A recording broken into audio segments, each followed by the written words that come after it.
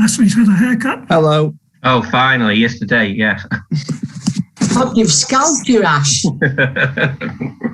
Wait. Is that in case you go into lockdown again? Yeah. Oh, don't say that, Cynthia. Well, according to Boris tonight, we've got to be prepared. Prepared for what? Just wondering. Oh, prepared for another lockdown. Can't hear you.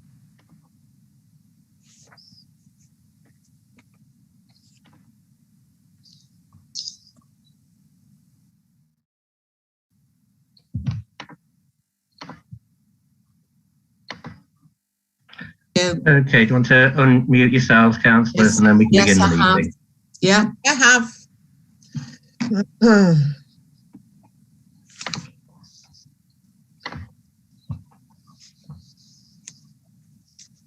Hello? Hello? Hello. Can you hear me now? Yes. Roger Small is having difficulty getting into the meeting, Ashley. Oh. I'll resend him the link.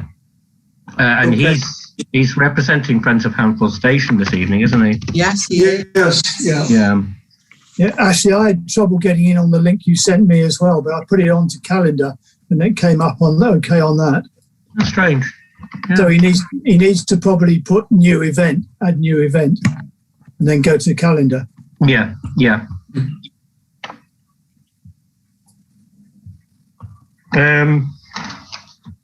Well, we're past 6:30, so would you like to start, Brian, as Vice Chair? Are we 6:35 though? Oh, sorry, yeah, you went 6:30. It's gone 6:35 even. Okay, so I'll declare the meeting open. This is a meeting of the Finance Committee of Handforth Parish Council. We have councillors Sampson and Moore here, I can see. Do we have apologies from anybody else? No, I haven't had any apologies for anyone else, no. Neither have I. Okay. And you've not either. Okay. Right. Item 2 on the agenda is declarations of interest. Any councillors have any declarations of interest? None, Chair. Okay. None, Chair. Okay. Normie. Item 3 is the open forum, an opportunity for members of the public to make comment or ask questions about matters that are on the agenda. If there are any members of the public who wish to say anything. Okay. Brian. I have a question, please. Can you hear me, Chair? Yes, Yeah. I can hear you, yes. Okay. Just on the apologies for absence, there's no apology from the chair of the Finance Committee. I wonder whether you, as chair of the council, parish council, have had any indication that Councillor Brereton wishes to resign his position as. I've not had any resignations from any councillors. Have you had any indication that he wishes to resign or considers himself to be no longer a councillor? Well, a councillor has either resigned or he stroke he either has resigned or not. It's not for me. It's not for me to. It's not for me to comment about people's. Have you had any suggestion he may resign?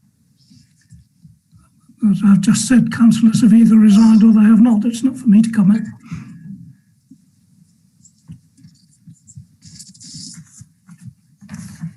Okay, I wonder whether that's true. Well, it's not for me to comment.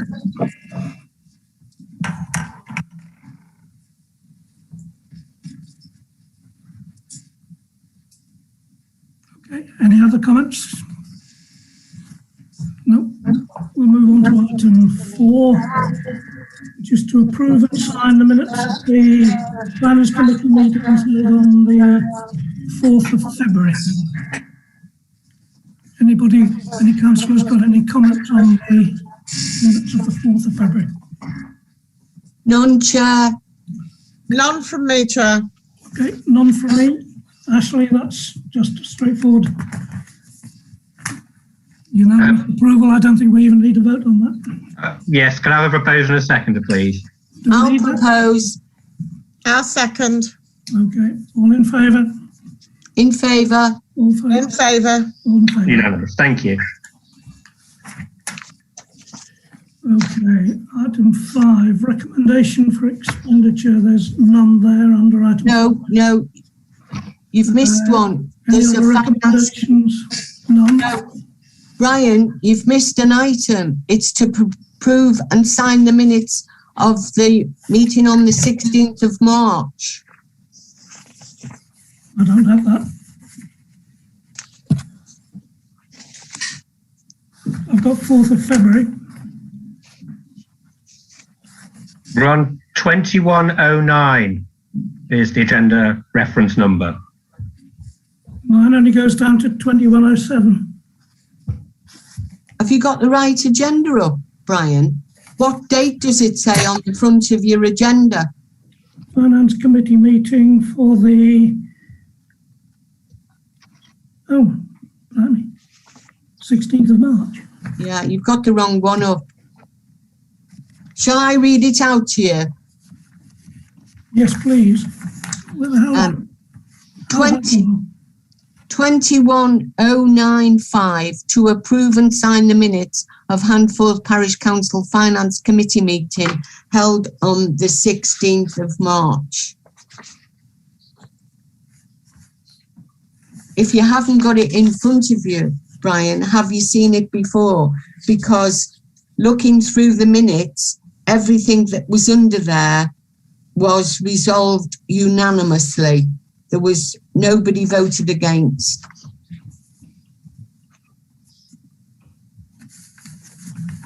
All right, well, I'll have to go with what you've got. I don't have that. Do you want me to read out the Finance Committee minutes to you? If everything was unanimous, It was all unanimous. we can forego that. Okay, I can assure you it was all resolved unanimously. I remember it being very brief. And we gave £500 to the Scouts. I'm just giving you a quick sit rep. We approved the quarterly expenditure, and the open forum. There was no comments. And the reason why we're approving the 4th of February was that we didn't have enough people to ratify the 4th of February minutes, which are the ones we've just ratified. All right, Okay. thank you. Thank you. So, shall I propose that we accept these minutes? Yes, if you and Councillor Moore can propose and second. Can I Yeah, I'll propose? propose. And I will abstain from voting because I haven't got them in front of me, but not to be. And you weren't at the meeting, Brian, I'm afraid. You couldn't make it. You weren't at the meeting, you couldn't make it. All right. That's probably yes, why you haven't got the minutes. Anyway, okay. In favour? In Oh, yeah. favour. Is it okay for us to approve them, Ashley, in terms of court? It is actually, even 2 in favour, 1 abstention is still a motion that's carried. Right. Thank you. Okay, is there anything else on the agenda that you have? I've got 21096 recommendations for expenditure. To retrospectively approve the following items, there were none. To consider any other recommendation requests, none. So can we pass over that one? Yeah. And then we go to 21097 to approve the quarterly income and expenditure accounts for Q4 2021.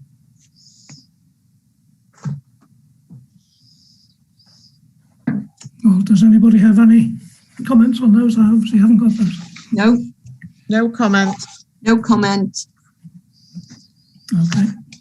So do you want to propose and second? Yes, please. I'll propose. I'll second.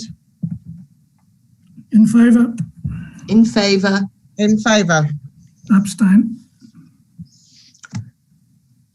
The next one is 21098, report from relevant councillor regarding internal controls for Q4 2021.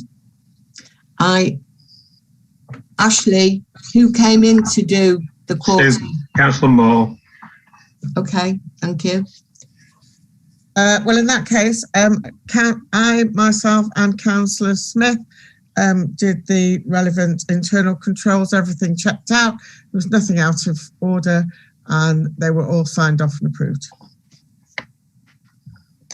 Do you want to do a proposal, Sue? I can propose it, yes. I propose we accept the report and the internal controls for Q4 2021. Right, I'll support that. I'll second it. All in favour? In favour. In favour. Me in favour as well. The next item is to discuss and make recommendations to full council regarding a grant application received from the Friends of Handforth Station for the sum of £700 towards the artistic improvement of station infrastructure. Do we have Roger Small in attendance? I think he has joined the meeting. I'll have to go and have a look for him. Okay. As I'm the grant facilitator, along with Councillor Brewerton, I emailed Councillor Brewerton when I got receipt of this grant application and asked if we could meet either social distancing or if he could send his comments to me. I didn't get a response at all to my email, so I went ahead and discussed the grant application, as I'm allowed to, with Roger Small, who had produced the grant. So if Roger wants to make a comment on it before I respond. Okay. Can everybody hear me? Yes, thank you. So this grant application is submitted on behalf of the Friends of Handforth Station. Now, Handforth Station is in a very interesting situation at the present time. Firstly, we're coming up to the 25th anniversary of the foundation of the Friends of Handforth Station. We're coming up to, in 2022, the 180th anniversary of the line which passes through the station. And on top of that, and I've forgotten what I was going to say now, on top of that, well, I'll perhaps come back to that. Roger, can I just ask you to discuss the grant application, please? Well, I thought that's what I was doing. Because the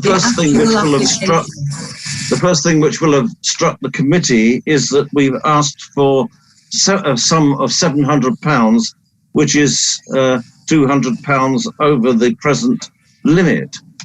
And we confessed in the grant application that we realise that the limit is normally £500, but in the special circumstances of the station at the present time, we hope that the grants committee would approve that increase in the amount awarded. What we want to do is to carry on with the work of achieving access for all. The station is currently being surveyed. It's being investigated with borehole drilling and so on, ready for the installation of the lifts in 2022. And when the lifts are installed, they will be bare concrete structures. they will need safety fencing to prevent passengers emerging from the lifts or going towards the lifts at platform level from venturing onto the tracks underneath the ticket office area. So there will be safety fencing there. And the installation of the lifts will mean that the present Millennium screen will have to be moved down to platform level, and we plan to put it on one of the new safety fences which will appear there. Now, the committee have decided that they would like to make a matching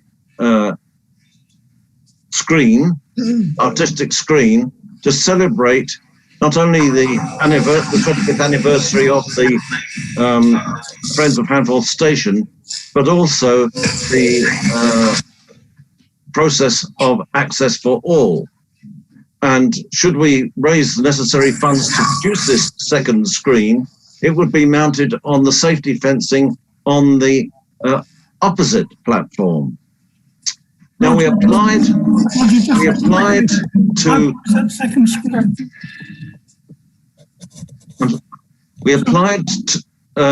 Over a year ago to Tesco Bags of Help for the money necessary to build this second screen.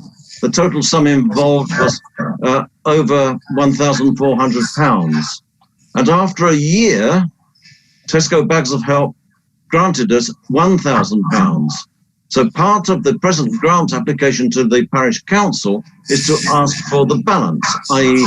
£400 to enable that screen to be made. On top of that, we would like several £100 to produce some posters and banners to celebrate the 25th anniversary of the Friends of Handforth Station. So £400 to complete the construction of this second artistic screen, made of stainless steel, and several £100 to print some rather robust posters to celebrate the 25th anniversary of the Friends. So that, in summary, is the basis of the present grant application. Thank you, Roger. Chair. Roger, can I ask how big that screen is that you're talking about, the second screen? It's planned to be of the same size as the existing Millennium screen. The existing Millennium screen has been admired by all and sundry, and it will be nice when that screen has to be moved down to platform level to have a secondary screen on the opposite platform. Okay, thank you. Can I just ask Ashley? Well, in fact, I can ask all of the people who are on Zoom. One or two or three of you have got some other noise coming in, like from a television perhaps, and that's causing the visible screens to move about quite a bit. I don't know if you could please see if you can switch off whatever it is. Thank you. Chair, can I respond, or does Councillor Moore want to respond before I give my response? You give your response, Cynthia. I do have a comment to make, but I'd like... Okay. Right. The grant was prepared very well, very detailed, lots of information. And if the grant was as good as the front of the station, it would be admirable.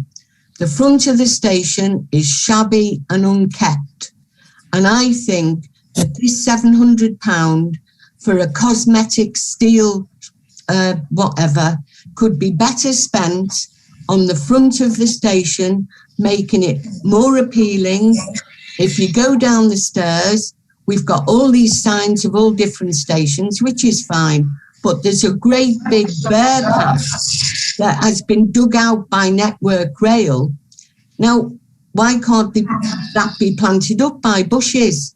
I don't feel that this grant is very appealing to me because the front of the station is in much disarray. Thank you. May I respond to some of those criticisms? Yeah. Firstly, during the pandemic, the COVID pandemic, Northern Rail have severely restricted the ability of the Friends of Handforth Station to work on the station in any area of the station. And so it's not surprising that some of the planters and so on the station forecourt have been rather poorly tended because of the present circumstances. And as regards the bare patches down at the at platform level, of course, they have been cleared as part of the lift installation process. When the lifts go in, they will have to construct paths from the lift entrances towards the waiting shelters on the platforms. Roger, can you just stop a minute? Actually, Yeah. There's somebody called Greg that's accusing me of stealing council funds. Can you please evict him? They're not on this Zoom meeting, I'm afraid, Sin. Well, Yes, they are. they are. I can see it from here. The same Where? person- Oh, yeah, I can see it. Sorry. Thank you. Sorry, Roger. Some people don't know how to conduct themselves, unfortunately. No, that's true. Can I just... I fully understand where you're coming from, Roger, but I do feel, my personal opinion is that the money could be better spent now that the pandemic is over, tidying up the front, getting yourself a decent notice board celebrating 25 years. Because to be honest, having an artistry in iron, how many people are going to see it? You can't see it from the front. It's down on the platform. Everybody that embarks on a train or disembarks from a train will have to walk past it. Really? Yeah. Okay. Well, that's my opinion. Thank you. As regards the bare areas, of course, the bare areas have been cleared in preparation for the lift installation. When the lifts go in, they will construct paths from the lift entrances towards the waiting shelters, and the land on to either side of those paths will be landscaped and planted. But of course, we can't do that until the lifts are in place and the final alignment of the paths has been arranged. I appreciate that, Roger, but the front of the station looks extremely shabby and unkept, and it has for quite a while. Can I just come in there? Councillor Moore?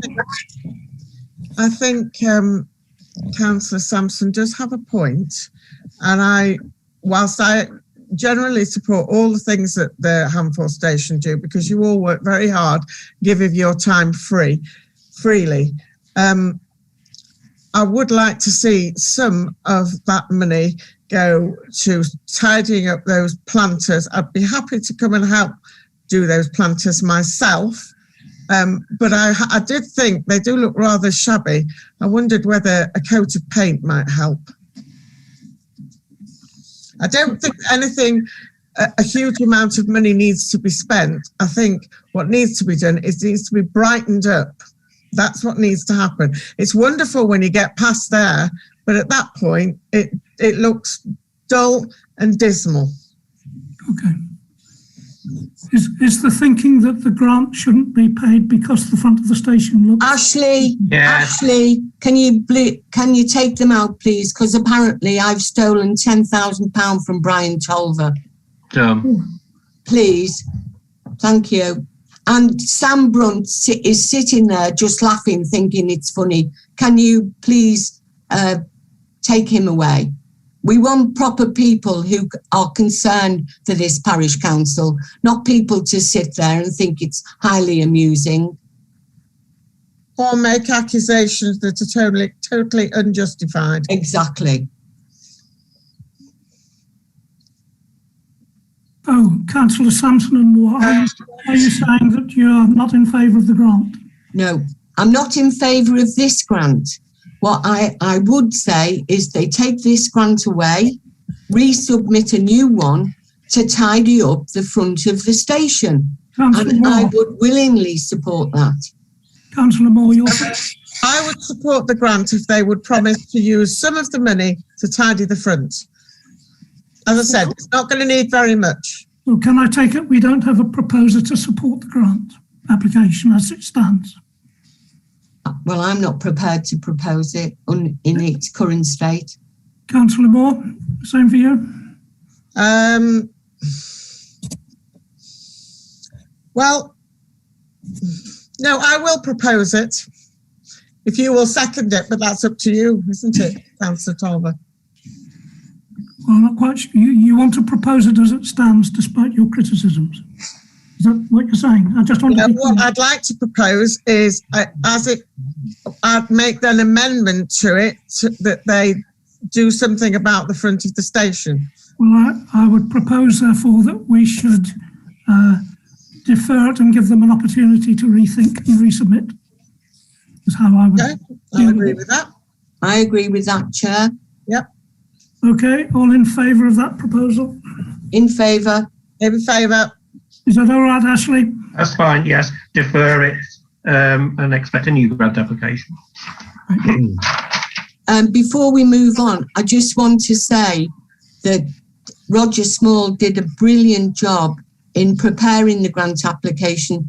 I think he worked extremely hard on it, and I congratulate him on giving such factual information. Thank you. Agree. Thank you, Cynthia. Okay, Cynthia, you're the one with the agenda in front of you. The next one is 210910 to discuss and make recommendations to full council regarding a grant application received from the Bare Necessities Toiletry Bank for the sum of £500 for the purchasing of dental toiletries to supplement items donated for their dental hygiene campaign, Give a Smile. Okay. Did anybody speak with the applicant directly?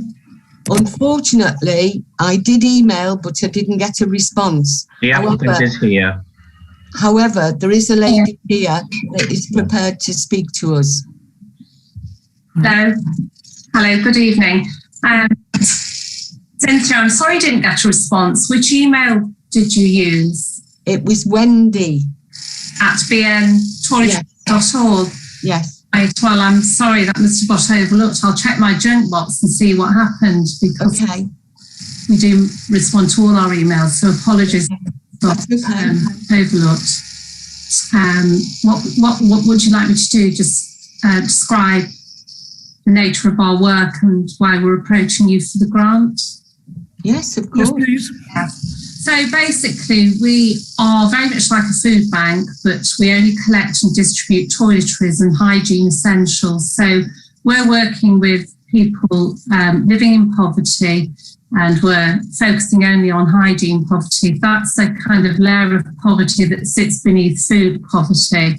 So locally, the charities in your immediate parish that we focus on are Hope Central and Oakenclough Shore Start Nurseries programme through Cheshire Connected Communities. And we did used to support the Riverside before that shut, which I think is kind of in your bailiwick as well. So the reason for approaching yourselves to ask for supplementary funds for our work is that this year our main project is focusing on dental hygiene. It's a real problem if you're a food bank, basically you're destitute. After housing costs, you have £50 or less to feed yourself, clothe yourselves, heat your household, buy food and toiletries and washing powder and things like that. So you are below the poverty line in every sense of the word. The most requested item at a food bank is toothpaste and then toothbrushes. We've got stories of people sharing toothbrushes in households. We've got children unable to clean their teeth because there is no toothpaste available.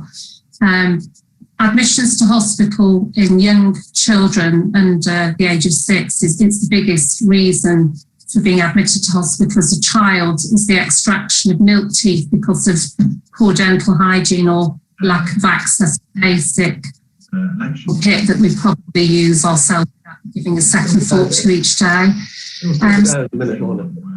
Pardon? Sorry, I thought you asked a question. So basically, so one of our initiatives really is that we pack up toiletries into different guises. So we make up packs for women's refuges, we make up packs for street homeless, we make up packs for teenagers, we call them teen survival bags. We make up packs for the NHS for COVID, frontline workers, for COVID patients who don't have relatives. So the reason I'm telling you is that when we make up packs, it avoids waste, it's very targeted, and it does the job that the charities themselves identify where their resources are stretched or they don't have resources. So the dental hygiene has really come about as being something that is at the forefront of a lot of our charities and organisations' minds, that they would like to be able to offer proper support to their users. So in the context of a food bank who have probably got, well, hundreds of active users, and those people, they provide 3-day crisis packs. I'm sure you probably are all familiar with how it works. So what we hope to do is to be able to pack up a selection that would either provide a family of 4 with enough product to last 3 months. That would be toothbrushes, toothpaste, some mouthwash, and then perhaps we might be able to buy some dental disclosing tablets for children. And then individual packs for single person households, which would be single toothbrushes and lower amounts, lesser quantities of the toothpaste and so on. We have accounts with a toiletry wholesaler. So to purchase these items at wholesale prices, the rough cost is £10 per family pack, and between £6 and £7 for a pack for an individual to last that amount of time.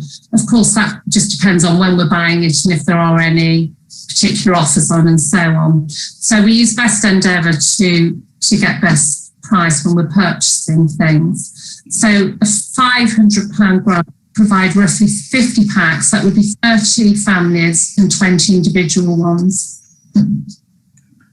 Have you discussed sort of aligning your operations with Hope Central?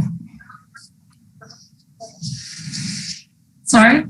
Have you discussed things with Hope Central about how you can align your 2 operations? In the sense that they're one of our charities, we support 25 charities and organisations throughout Cheshire, Stockport and Greater Manchester. So Hope Central are one of our food banks who we work closely with, and they receive regular donations from us as toiletries. They receive packs and whatever they request or whatever we have available, we're giving those things into them frequently for them to supplement the packs of food that they give out to their families and individuals registered with them. So just so I understand. So we are already aligned. Yeah, just so I understand, you don't give the products to the families directly, you give them to the food banks to do that, is that? No, we don't, because it's it's important that there's a qualification process, and in helping one, we help many. So we rely on the food banks or the women's refuges or the schools or the Connected Communities projects, because they've got a vetting process. There's an index of need, and they are making sure that the people who are benefiting are actually the people who should be benefiting. Okay, our object as a registered charity is the relief of poverty. So we have to be confident that we're fulfilling our obligations under that legal requirement. Okay. Councillors? Yes, please, may I speak, Chair? I'd like to ask, have you applied to Wilmslow Town Council for a grant? Yes, we did get a grant from Willesden Town Council last year. And in fact, they suggested we applied to yourselves. So, yes. Right. One of the questions I'd just like to ask is, recently, Hope Central were given £5,000 from HPC for the people of Handforth. Now, if there are people in Handforth that you say don't have a toothbrush or can't afford toothpaste, if you let Hope Central know, they can use that funding to provide toothbrushes and toothpaste. And on a secondary question, have you thought of going to Colgate to say, look, we have people who are in dire need of toothpaste and toothbrushes, and I'm sure they would donate in their hundreds if we are in that dire need. Thank you for those points. As I explained, we don't deal with any clients as they're called by all the charities and organisations directly. We're a small organisation with a board of 6 trustees and a few volunteers. It would be impossible for us to liaise, contact individuals. So I cannot tell you how many people in Don't Touch have access to their own toothbrush, or, you know, if they're sharing toothbrushes. But what I can tell you, that anybody at Hope Central on the index of deprivation is destitute, as I explained to you, below median household income and relying on less than £50 a month for a week for all of those things I outlined. So it is a fair assumption to think that a lot of those people will be struggling. And because we don't have a steady throughput all the time, it's hard for them to make the decisions about who gets what. Turning to your second point, yes, we have good relations with manufacturers. We have L'Oreal supporters every month. We get ad hoc donations from PZ Customs, but a lot of the large global manufacturers support a charity called In-Kind Direct. And In-Kind Direct is like an online warehouse for other charities such as ourselves to purchase items from. So it's a bit like Fair Share. So food banks can buy from In-Kind Direct as well. It's a discounted, heavily discounted portal, but you are limited, you're restricted to quantity that you can buy. And also, you know, it might be, they might have toothbrushes this week, but not next week. There's no continuity of supply. So it's very difficult if you're trying to fulfill an obligation where you're looking for volume of particular things to offer something out on the scale that we're trying to do it. Chair, could I respond? I've just got 2 more questions and then I'll... one of the questions I'd like to ask is, obviously, we have to be aware that any grants we give benefit Handforth community. Can you assure us that if this grant is granted, that only Handforth community will benefit? Yes, most certainly. And in fact, we're quite used to if a group or a supporter wants to put a restriction on funds or type of support they offer to us, that we are definitely able to do that, because our organisations and charities are based throughout the geographic areas I described to you. We can definitely assure you that any funding you provide to us for this purpose will benefit residents of your town.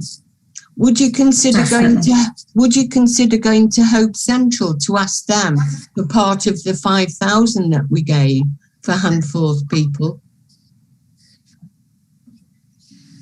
I think that probably would be wrong of us, because my understanding is that Hope Central focus on food poverty, and I think it would be kind of robbing Peter to pay Paul, councillor, and I would not feel comfortable doing that. I think it would be counterintuitive, really, for us to be, you've given with one hand and it's taking the other. I think this is separate.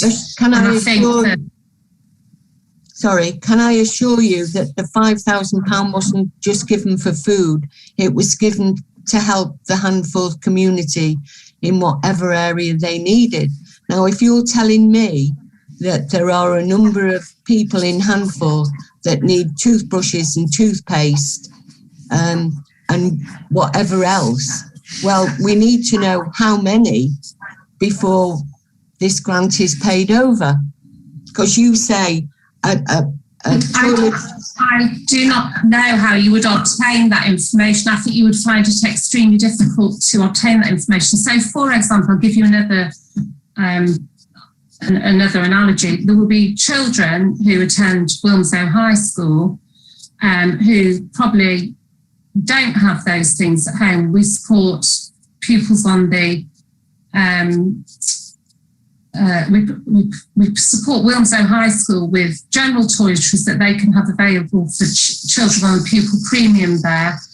We also support pupils there who are living in poverty through our teenage survival bags, which always contain toothbrush and toothpaste. But it is a fact that a lot of these organisations have told us they would be very, very happy and can place these kits. They quite like the idea of being able to say to somebody, there you go, you're a family of 4, there are 4 toothbrushes, 3 tubes of toothpaste and a big bottle of mouthwash, and that will last you probably 8 weeks, maybe 10 weeks.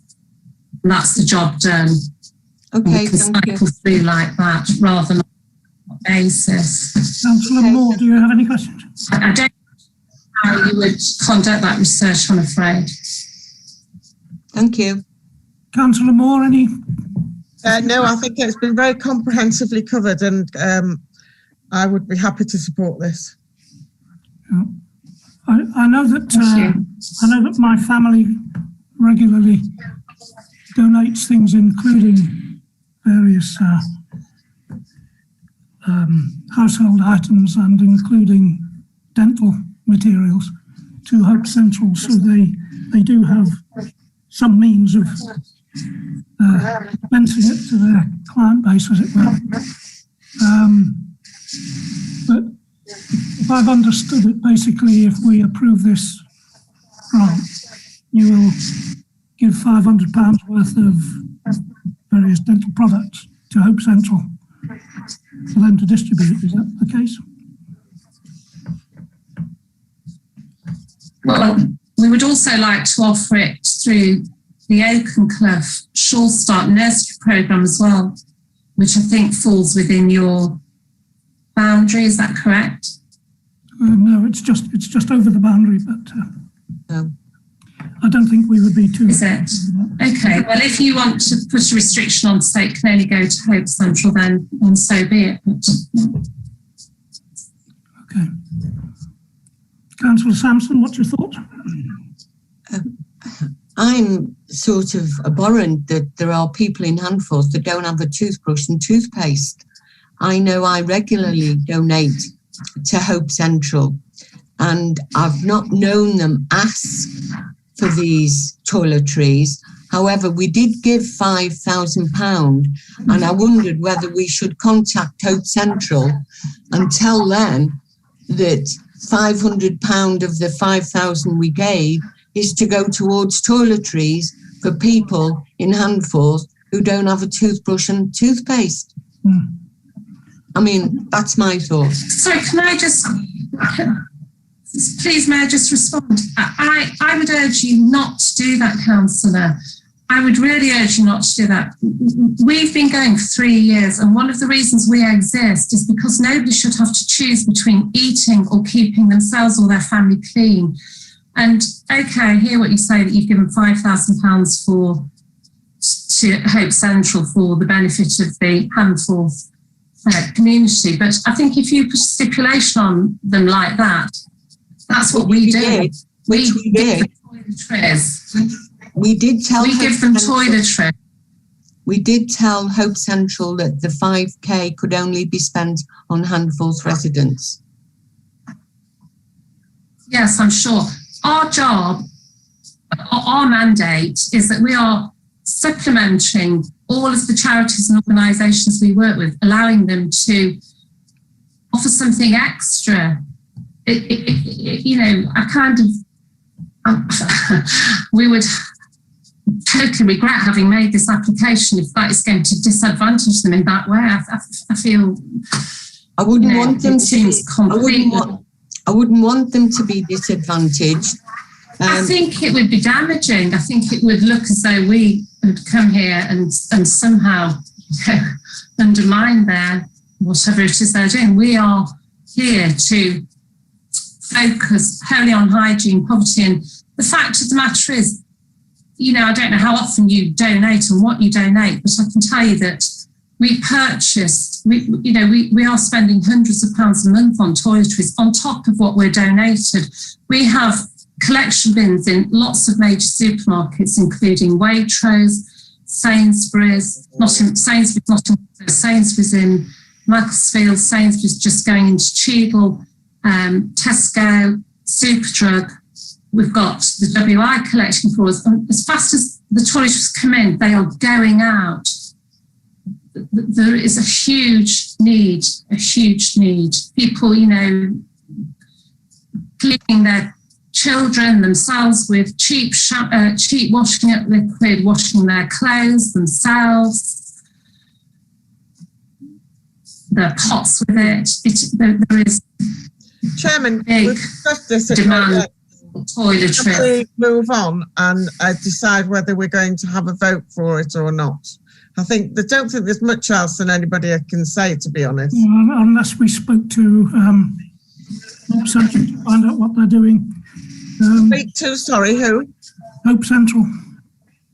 I'm sorry, I'm against that. We gave £5,000 to Hope Central. I don't think it should come with strings attached. We've got something here, apart from the fact it needs to be used for Handforth, fair enough. But we've got a request here for something which is needed desperately by people of Handforth, and I don't understand why we're not putting it forward. I understand we have to do due diligence. I know that, but I really just do think that this is a very laudable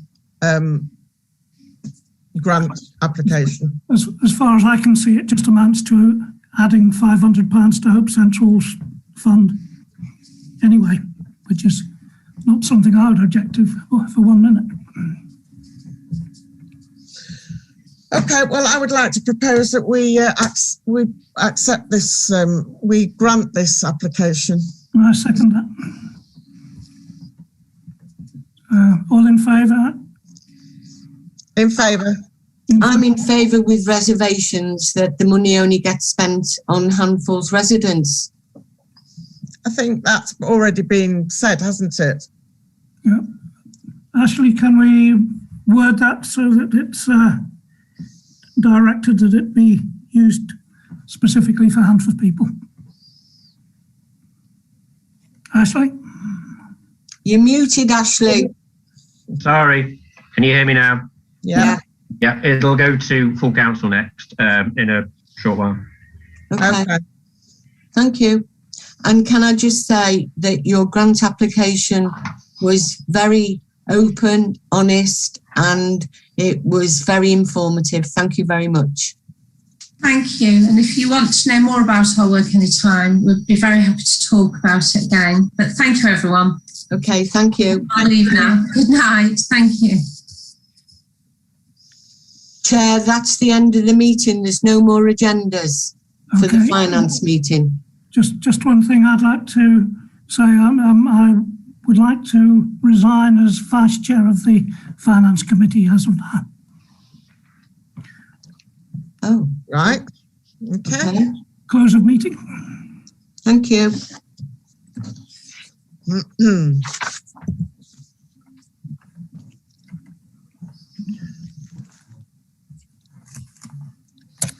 It's over time, so are we going straight on to the planning and environment? Yes, is Ashley fit and ready? And Yes, go for it. Go for it. Might take a short break before the main meeting, though, eh? Okay. Well, depends how it goes, doesn't it? Yeah. Crikey, it took us a long time. Are people do people have just one connection for the whole of the meetings? Yes. Yes, because there's that many people wanting connections, everybody have to disconnect, reconnect. It'd be. So they will have joined already if they want. Yes, yeah. Okay. Right, everybody, that means that we're now about to start the Planning and Environment Committee meeting, which I hope I've got correct minutes for, agendas for, I should say. Item 1, apologies for absence. I haven't had any myself. No, I've not received any apologies for absence either. Okay. Number 2, declarations of interest from any councillors. None. None from me, Chair. None. Me. Oh, there you are, John. Okay, open forum. Any members of the public wishing to speak on any of the items on the agenda? Just make sure I've got the right. Sorry, I'm looking at the wrong pieces of paper.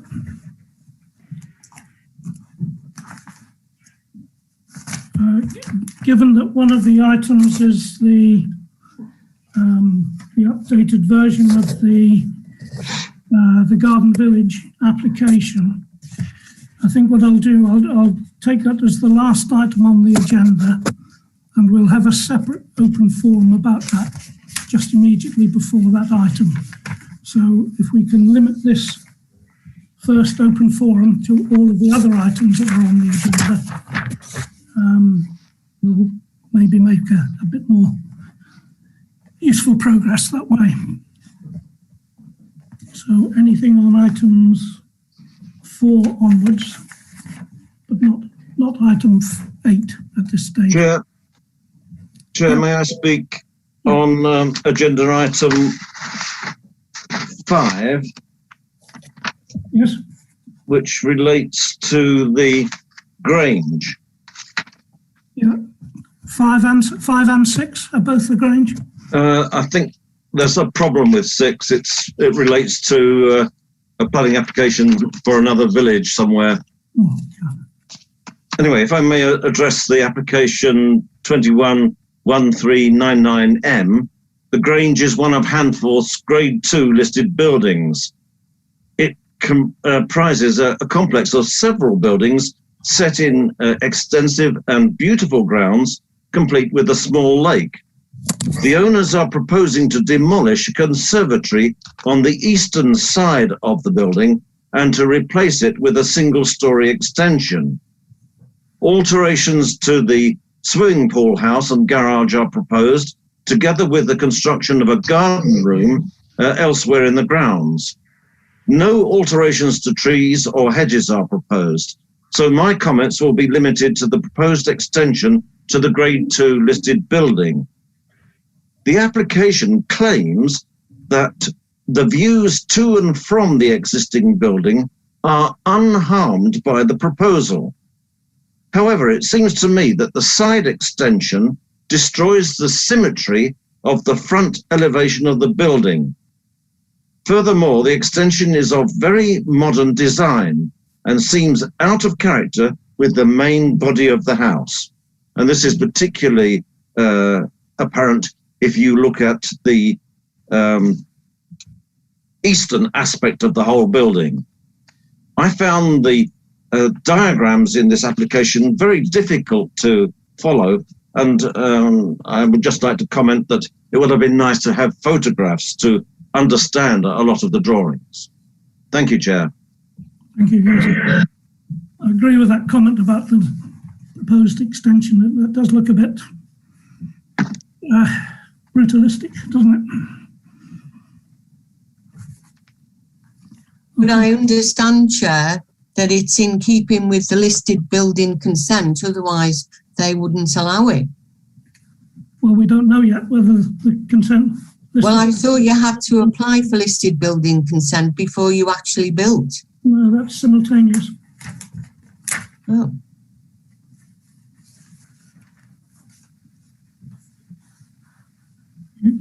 Well, when I had to do work on my Grade 2 listed building, we had to do both the planning applications simultaneously. Okay, thank you.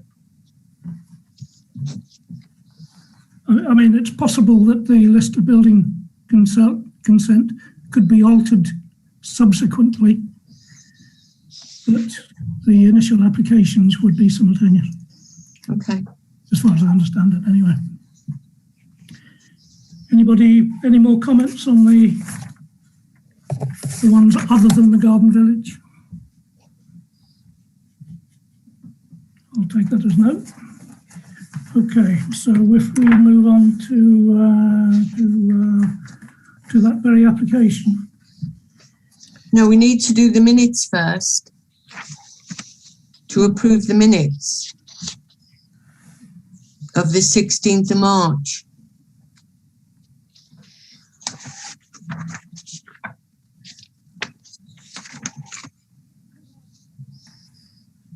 I don't have that on the agenda. Sorry? I go on to item 5 as being... No, 2110.4 is to approve and sign the minutes of the Planning and Environmental Committee meeting of the 16th of March.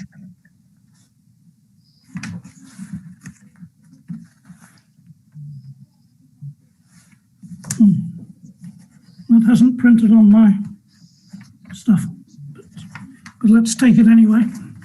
I've got 21, yeah, I haven't got 2110.4. Hasn't printed out. Right. Basically, the minutes were all resolved unanimously, and there was no objections. Okay. Anybody got any comments at all? Just None. Councillor Moore, Councillor Smith? No. Okay. So we will accept those then. Ashley, have you got any idea why my agenda is mangled in that way?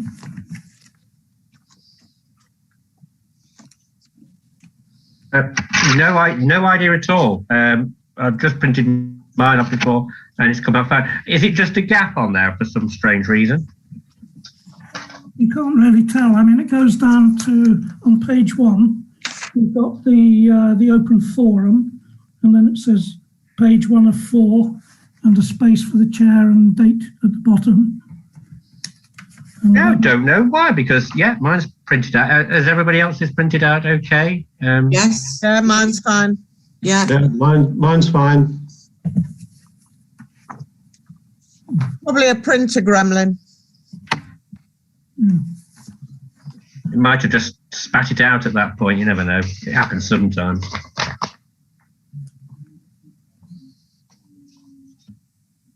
Because you've got all the applications on the next page, haven't you? I'll then go on to planning application 210621.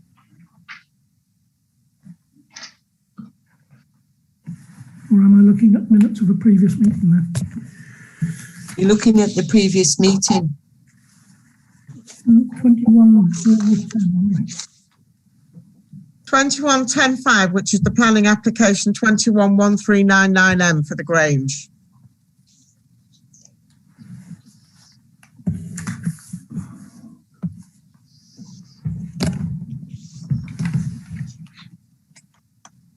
We need to have a vote on agreeing the minutes of the meeting of the 16th of March. Yeah, just give me a minute.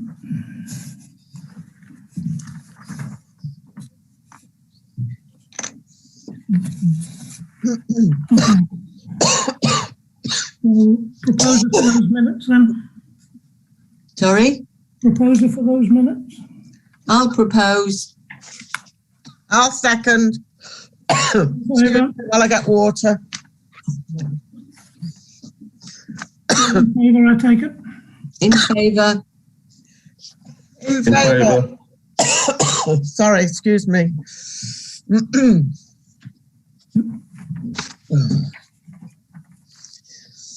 right, I've then gone on. I've then got item 5 at the top of the second page. Is that? Yep. Yeah. Planning application 1399M, that's the extension at the Grange. Can I make a comment on this one, please, Chair? Please do. I quite agree with your earlier comment. I looked at these plans, and actually with Roger Small's comment, they are rather difficult to envisage. It is a grade 2 listed building, and that extension looks very futuristic to me and does not blend in with the grade 2 listing, the building as it stands. I am not at all in favour of it as it stands. I think it detracts from the whole building itself. It doesn't fit somehow. I don't know. It doesn't look right. I don't think it's right on a grade 2 listed building. It should be not the way it designed, in a different way for a grade 2 listed building. It's not for me. I think it's wrong. Not necessarily the fact that they want to knock it down, it's the actual plan. It doesn't fit the building. I think as far as technicalities is concerned, we can't comment on the extension not being appropriate because it's grade 2 listed, but because it's out of character.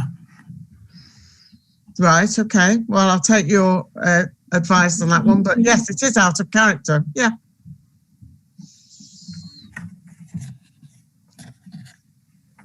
Anybody else?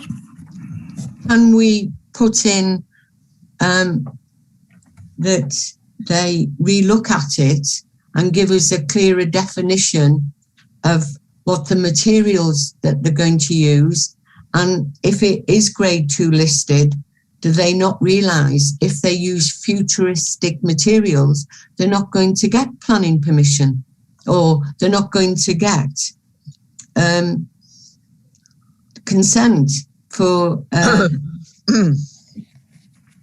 Well, I think the way this the approval of these is done by 2 different groups.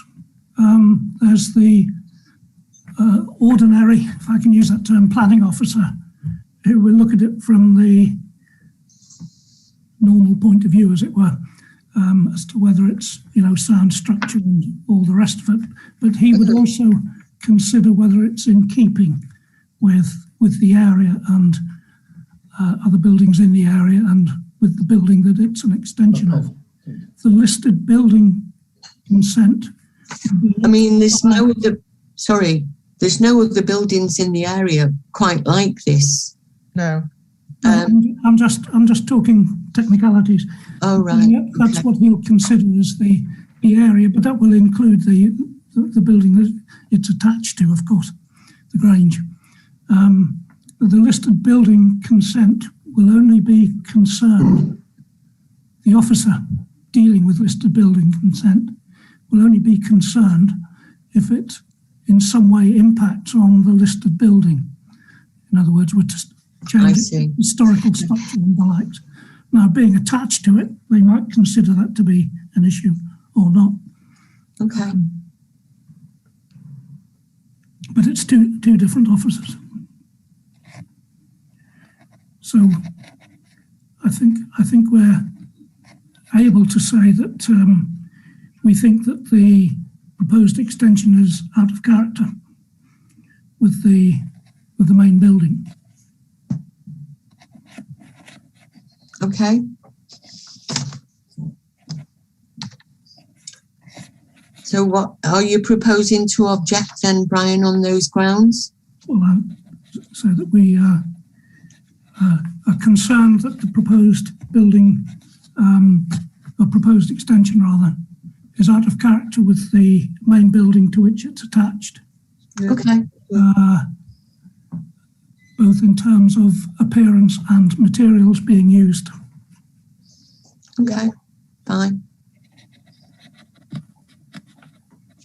Okay, Ashley, you got that? That's fine. No problem. I've got that. Is the 1400M that follows that? Is that the correct number? That's what I got sent. Yeah. I couldn't find that on the planning, Ashley. How strange. Let me just have a double check. Because it came through simultaneously.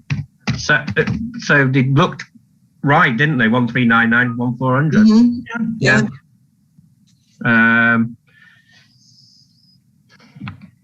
Can I ask? Yes. Yes. Are we going to have a vote? Yeah, that's what I've got there. Yeah. Well, I was thinking we'd take them together. Right. Yeah, that's what they've given me. Yeah, 1400. And is it on the database? That's what they've sent me through. But if it's taking you to something different, it is on the portal. Yeah. Then I'll have to have a look at that, and we'll get it over to the right place. Can we leave it with you to get the right reference number on our response then? Yeah, absolutely. Yeah. So if we can approve the wording that I've just said and make those be applicable to the main application and the listed building consent that it refers to. Mm-hmm. And then Ashley can tweak the wording when he's been able to clear up the numbers. So, Chair, are you proposing that? Yes, I'll propose that. Okay. Seconder. Yes, seconding. All in favour? In favour. In favour. In favour. Okay, that's unanimous. Okay, go on to item 7 then. Planning application 211566M, a single storey rear extension to 15 Willow Drive. It's in keeping with the other residents. I don't have a problem with it at all. Same as. I have no problem with it either. Nor me. Have a proposer to support it? I'll propose. I'll second. All in favour? In favour. In favour. In favour. Thank you. Right, we're skipping to item 9 for now. 8. Oh, sorry, yeah, okay. Skipping to 9 and come back to 8. Planning application 211716M, a single storey rear extension to replace existing conservatory, 147 Wilmslow Road. Anybody got comments? No problem from me. Just as it's replacing an existing, Yeah, it's obviously an improvement and in keeping with the rest of them on that part of the road. Mm-hmm. Councillor Moore? I concur with that. It's in keeping with the same kind of extensions around the place, so I have no issues. Propose that we support it. Yeah, I propose. Second. I'll second. Thank you. All in favour? In favour. In favour. In favour. Okay, unanimous. Item 10. Planning application 211812M, double story side and single story rear extension at 4 Marina Close. I feel it's in keeping with extensions in the area. I have no problem with it. Well, I have no problem with it, Chair. Okay. similar. Smith? Same. Okay. Propose we support it. I'll propose it. Second. Thank you. All in favour? In favour. In favour. In favour. All in favour? Right. Item 11. Application 211821M, single storey extension to the side and part of the rear, 4 Hope Avenue.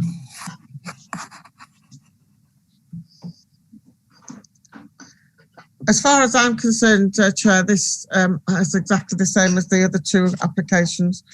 It's similar to other things that have been done. I agree. Okay. Councillor Smith? You're muted, John. Oh, John. Has that worked? Yeah, there you go. That's it. Yeah, in agreement. Okay, everybody's in agreement, I think. So propose to support. I'll propose. I'll second. Thank you. All in favour? In favour. In favour. In favour. In favour. Unanimous. Thank you very much. Okay, so we're going to proceed on to item 8, which is the Garden Village. And as I said at the beginning, we'll have comments now and questions from members of the public. As this Chair, may I make a comment, please? Should we let the public speak first? I'd like, with your permission, to defer this item until we are a full council again, because it's very detailed. We need more information. I'll be honest with you, on reading it, I found it very difficult. I think we should have one planning meeting with just this agenda and an open forum. And I think it would be much more widely appreciated. May I speak, Chair? Yes. I concur with Cynthia. Just looking at the size of this, it's now 7:45 and we're still not at the main council meeting yet. It does deserve a meeting of its own. What can we discuss this evening that will have any relevance or any effect on this planning application? I don't think there's a great deal. So I'd also suggest that we defer it. My personal view is that we're not going to have any impact on this planning application, full stop. But I take your point. But let's hear from members of the public, since I promised them that they would have an open forum. Give me 1 second. Hmm? Roger?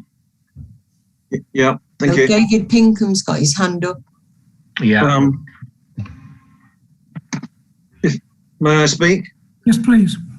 Of course, I regret the loss of the green fields for this site, as probably we all do. But it's an ill wind that blows nobody any good, and some benefits in the form of SIL monies and S106 monies and so on may come to Handforth in the future. But what I would like to say is that I have some reservations about the drainage of the site. With regard to surface water drainage, the northern part of the site is planned to drain into Spath Brook. The southeastern part of the site will drain into the ditch which runs alongside Blossoms Lane and hence later on into the River Dean. The southwestern part of the site will drain into a ditch that enters the River Dean close to the wooden footbridge. I anticipate that these 3 watercourses will therefore receive a significant amount of runoff water. Accordingly, all 3 of them may be in need of some attention to prevent erosion of their banks. I found it very difficult to determine how foul water is to be drained from the site. Relatively small public sewers are described in Blossoms Lane and in Church Lane in Woodford. Presumably, these will take foul water from the eastern side of the site. The planning application suggests that foul water from the western side of the site may be drained into public sewers in Earl Road, Cherrington Close, and Woodlands Road. This may mean that new sewers may need to be constructed underneath the bypass, and I wonder whether the sewers in the Woodlands Road estate have the necessary capacity. Thank you, Chair. Thank you. David Pinkham had his hand raised, apparently. Thank you, Chair. Can you hear me? Yes, we can. Right, good. It's following on from Roger's point, actually. I was going to raise the same issues, but I read within the papers that there's a report that actually, I'll just read the first paragraph on the sources of flood risk. It says information relating to flood risk at the site has been obtained from the Environment Agency online flood maps, which confirms that the site is located within flood zone 1. The development proposal is compatible with the flood zone within which it is located. The risk of flooding from rivers or seas, I don't know where they get the seas from, is therefore considered low. All I'd like to say is that every development so far in and around Handforth, including the 555, has been subject to flooding. Now, why would this site be of low risk? It's going to, the water has to go somewhere. We have limited streams and rivers going down to the Bollen. So I would imagine that in due time, if this when all of the buildings are built on the new garden village, we are going to be prone to flooding in this area. And I think there should be another relook at the extent of flooding, because they should take into account the other sites around here that have been now developed where they're starting to have problems. And that would be the comments I would make at this stage. Thank you, David. Any other member of the public?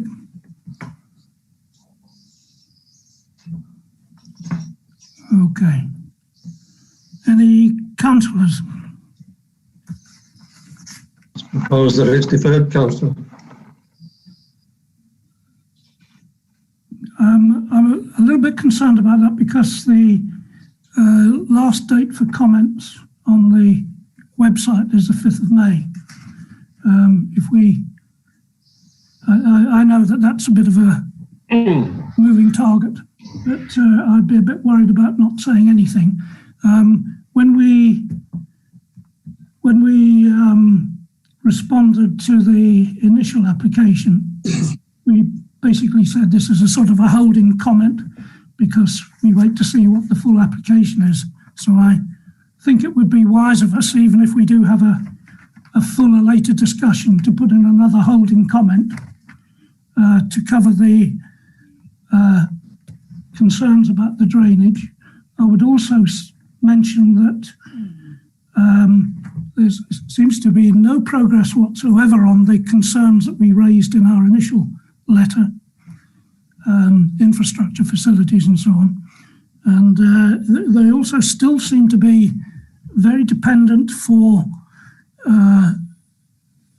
delivering sustainability of this site on having a cycle and footpath coming up Hall Road, which is dangerous enough as it is without putting more soft traffic on it.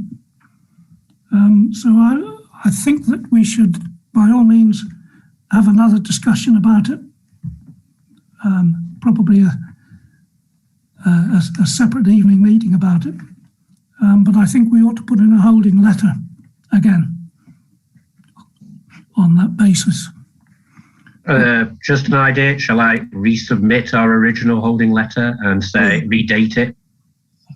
I think you say, yes, the comments that we made on whatever the date was still give us concerns. We don't seem to have seen any movement in those issues. We've also had concerns raised about drainage, and we have much experience now in Handforth of drainage problems. And also there doesn't seem to have been any solution to the problem of cycle and pedestrian access along Hall Road. Chair, can I just make another point here? There's also the aspect of flooding.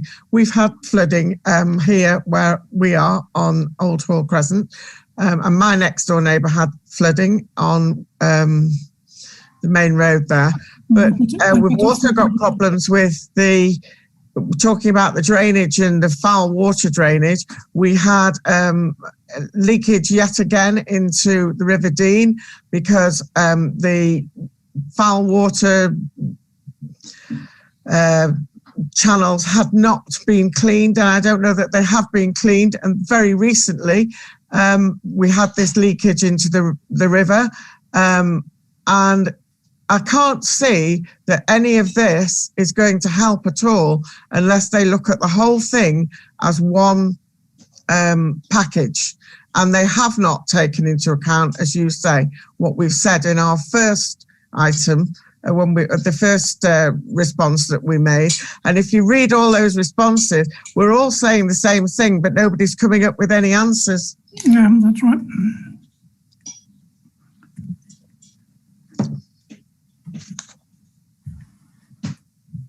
Okay, so would councillors support a letter on that line? Yes. Absolutely, yeah. I'll support. Okay, Ashley, we can tweak the wording. Yeah, we've got a good outline there, I think, but I'll run it past you guys, I think, yeah.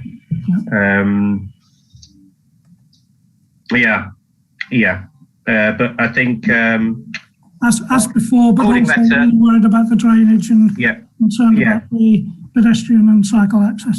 Yes, along Hall Road. Yeah, no, that's absolutely fine. But defer it as well to a later meeting for fuller discussion. Yes, we'll have a separate meeting about it. Okay.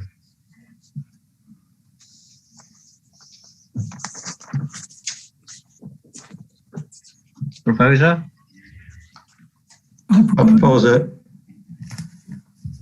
I'll second. Okay, in favour? In favour. In favour. In favour. In favour.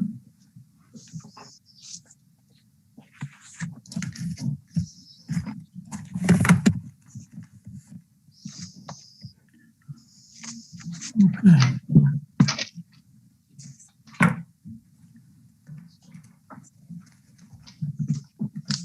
And if that's the last item, yeah, that closes the meeting. We'll close the meeting, and I shall also say that I want to resign from the chairmanship of the Planning and Environment Committee.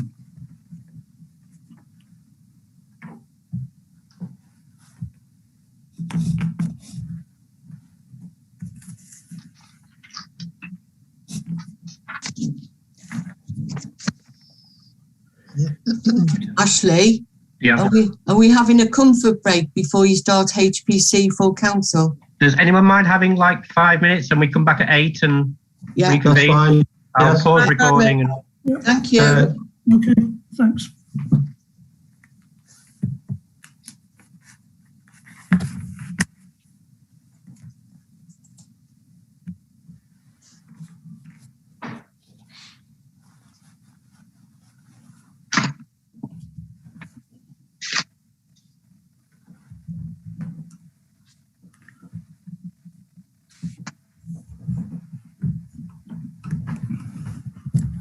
Don't say anything rude, Roger. You're on screen.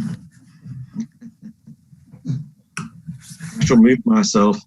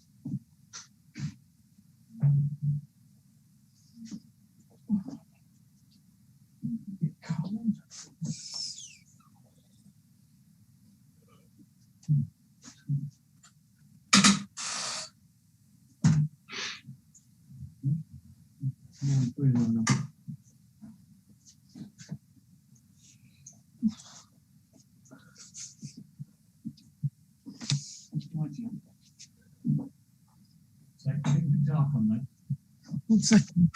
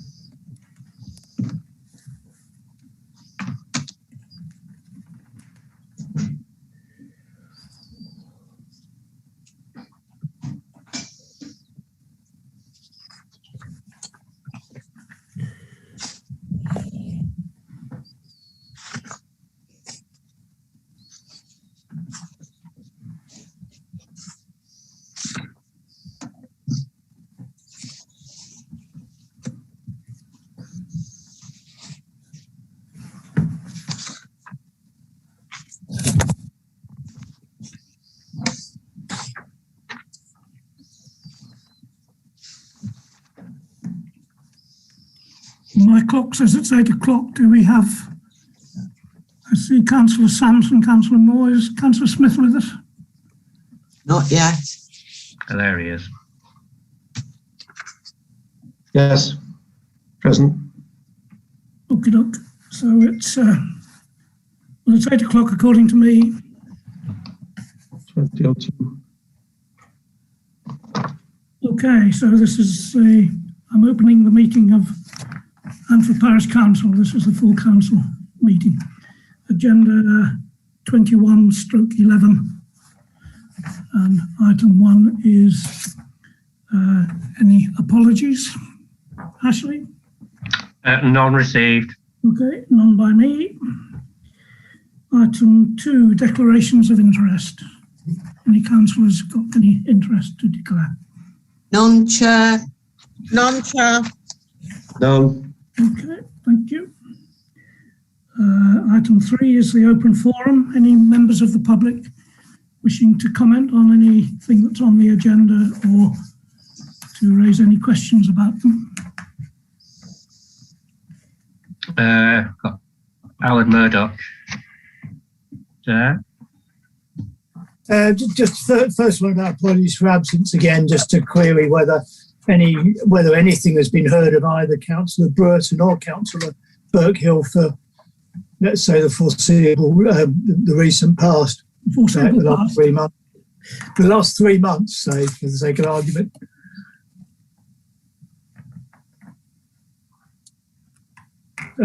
Chair, has there been any indication of their intentions? They haven't done anything for 3 months.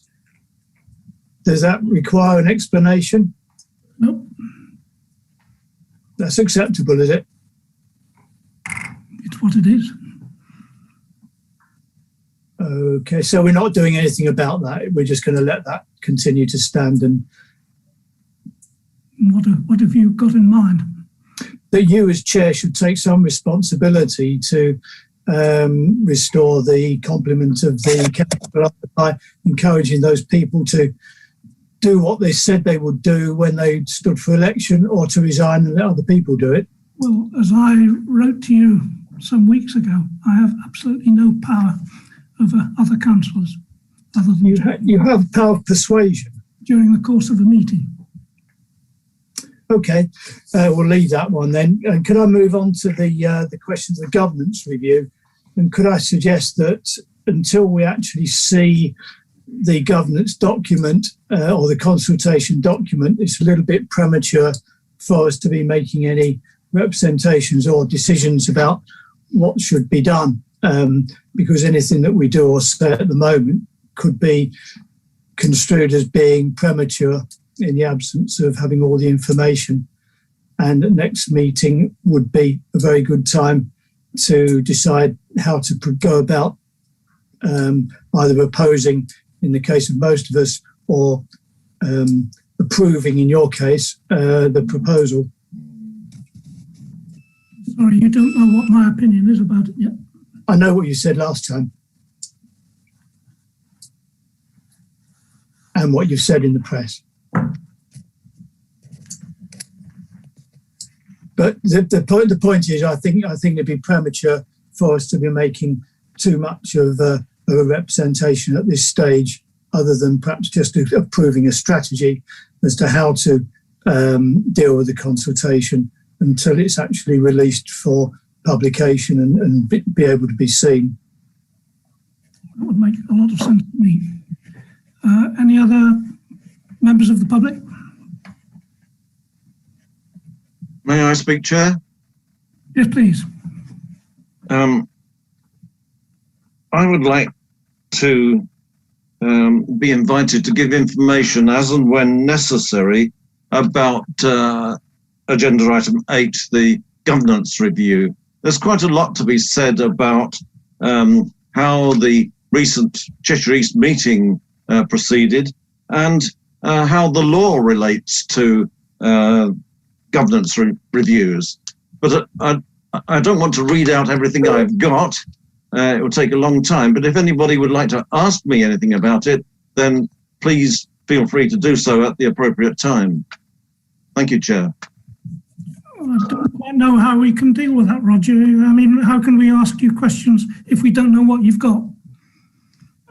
Okay, well, I'll start with something fairly simple, and that is what the official Constitution Committee meeting was about on the 6th of April. And the recommendation was that the draft... Roger, just before you continue, is it something you've got that you could circulate to us? A written document? He's already circulated it. Chair, we have this as a motion that we were going to discuss the governance review. So we'd either do it here with Roger now or... No, I'm asking if he's got a document that he can circulate to us so that we don't have to discuss it right here and now. What I'd like to say as a starter is that at the recent Cheshire East committee meeting, it was attended by both myself, Ashley and Councillor Smith, and the recommendation which was considered by the committee was to examine the draft proposals and to agree on the report for the purposes of consultation and a 12-week period of consultation, subject to any amendments to reflect the response of Holmes Chapel Parish Council to the pre-consultation survey. At a critical point in the meeting, Councillor Maron suggested an amendment which was adopted by a majority vote. And that amendment reads, where there is a proposal to change a parish name or to alter the parish boundary, Cheshire East will conduct a postal referendum reflecting the request of the town or parish council, and where electors vote for no change, will abide by that result. So I think that's a very significant amendment, and it was adopted, as I said, by a majority vote of councillors.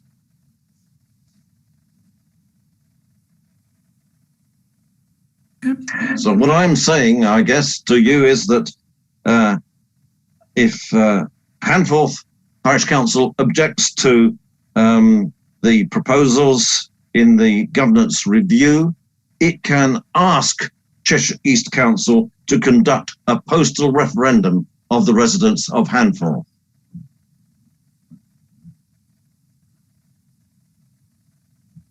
Thank you. Anybody else? Alan wants to respond. Yeah, yes, could I just go back on that? I agree with Roger, and I think that's a very good thing. The only thing I would say is that in any referendum, you have to be very careful how the question is put. because you can get the answer you want by slanting the question one way or another. So I think if we are going to ask Cheshire East to do a referendum rather than us doing our own, we should ask for us to be able to decide which question is put and how it is put, rather than leave it to them. I agree. Mr. Murdoch? I looked up I've lost my screen. I looked up the results of the 2010 referendum, by the way, which was a referendum of Alderley Edge and, of Style and Wilmslow and Handforth, separate referenda. Handforth's vote was 615 in favour of what we now have, 415 in favour of us having a joint council with Wilmslow, and 500 and something in favour of having no council at all. So that means that there were about 3,500 who didn't vote at all in that referendum. If anybody's interested in that paper, I can copy it to you. Chair, just based on that comment, I think people are far more switched on and more communicated now by internet with Facebook. There are far more people now with far more opinions on what should happen in local governance. I don't doubt that for a moment. I'm just saying what the numbers were. Well, there's a lot more people in the village now, isn't there? So. No, not really. Compared to 2010, I don't think it's changed that much. Could I just say something, Chair? It's David Pincombe. Hello? Yes, please carry on. Right, okay, fine. I recall 11 years ago, over a period of 3 nights, knocking on doors just on 700 households, less than 700 households in Handforth, and collecting 700 signatures. Not one of those signatures wanted to merge with anyone at that time. They wanted to preserve the boundaries of Handforth. And that was only over a 3-night period. If I'd done the full research, because we needed to get 10% of Handforth's residents to put forward to Cheshire East to ensure that Handforth was dealt with as a separate entity. If I had continued my quest for signatures opposing the merge, and that was 11 years ago, I am sure I would have collected in excess of 2,000 signatures. So, this business of you quoting figures at the moment, it's absolute rubbish, because everyone I spoke to signed a petition to say they did not want to merge with Wilmslow or anyone else 11 years ago. Why would it change now?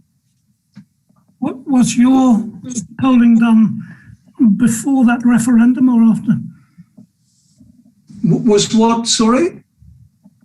The polling that you did, the door knocking that you did, the signature collection. Yes, I did that in conjunction with Councillor Burkill, who for 30 years has stood as an independent in Handforth, and he was determined that Handforth boundaries would be preserved. So therefore, I went out knocking. I got 700 signatures, and that over a 3-night period, and they were taken to Cheshire East, and Handforth remained as a separate entity with no boundary changes. My question was that before or after the referendum that Cheshire East held?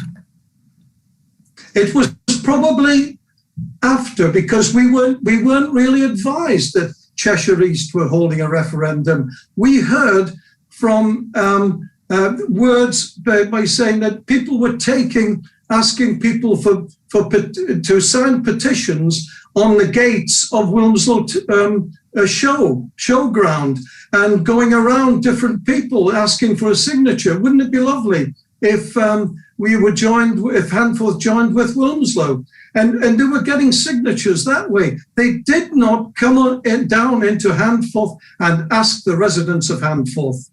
So the figures that you are quoting are very misleading. We are now in a situation, of course, where all three of the affected parish councils have voted to reject the proposal that Handforth, Wilmslow and Chorley be combined. All three parish councils have objected to that proposal.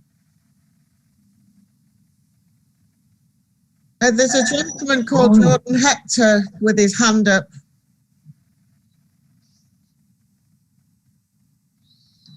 Ashley, can you help this gentleman? Yeah. Yeah. Hi, yes, I'd like to just ask what Councillor Tolver's position is on the possible merger, and will you support the council's decision in campaigning for independence? Councillor Tolver's position is that the decision should be made by the people of Handforth. Chair, can I just make a comment on that? Well, that's not what you said to John Phipps, the reporter from The Economist. It is very exactly what I said. Pardon? That is exactly what I said. You said it shouldn't exist. You said the parish council shouldn't exist. Quite categorically. Can you show me the words? I can do, not right now, but I can send a copy. Many people have seen it. It's been published, the actual interview with many people in Handforth, and yours, I think, was the final swan song at the end, where he asked you. His final comment was, "In an ideal world, would you? What would you like?" And your comment was, "There is no ideal world." But you'd actually already stated that you felt it should not exist. Well, I feel that the decision about it should be made by the people of Handforth. Well, why bother standing for a parish council if you're not going to have a vote, not going to have a position on it? Well, when I stood for the parish council, it wasn't a concern, it wasn't an issue. No, I'm not specifying that single one, but if you're looking to stand for a parish council or any elected office, you need to have positions so that people know whether to vote you or not. I presume that when you were canvassing, you told people what you stood for, and you didn't say, "I don't want the parish council to exist." The question didn't arise at that time. I didn't even think about it at that time. Which time? No, I'm saying that people expect candidates to have a position. How do you know that? Because it's common sense that they want to know whether you're black or white on your decisions. Do I believe it black or is it white? It's people expect a decision, expect to know what you stand for. That's what we ask our politicians all the time. Where do you stand on this, Jeremy Corbyn? Where do you stand on it, Boris Johnson? That's what we ask. We don't just say, "Well, I'll see what the voters say." That's not what happens, is it? So we're going around in circles now. Yes, I'm just stating that what you actually said what you said to a reporter or The Economist. That's all I'd like to put on the table. In a democracy, it rather does depend on what the people want. But they do rely on their leaders to provide leadership. People of Handforth want, as you seem to do. But leaders provide leadership, or should do. Well, the leadership can be to say, we shall have a referendum. So, Chair, can I ask, in a referendum, would you be voting to merge or remain the same? You can ask as much as you like. My position is that this is a decision for the people of Handforth, not for you. Which you are one of. And I shall put my cross in the box when the time comes. Well, you keep it secret. Right, okay. That's fine.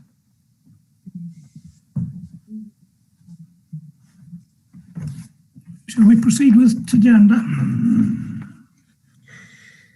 Item 4, to approve and sign. There's a lady. There's a lady been waiting for ages. Bradley's iPad, Ashley. Go for it. Good evening, councillors. I was just wondering, Councillor Moore gave this really inspiring speech about the climate emergency. I'm just wondering what's Handforth's ideas going forward into the climate emergency. Thank you. Councillor Moore. Yes, well, I'll be answering that a little bit later on when I talk about agenda item 211110. But yes, I have personally, it's one of my crusades, and I'm hoping that there'll be lots of things that Handforth residents will get on board with, which will be rolled out over the next 12 months. But it's not just down to me. I can put forward ideas. I want ideas from residents as well. This is, Handforth belongs to all of us.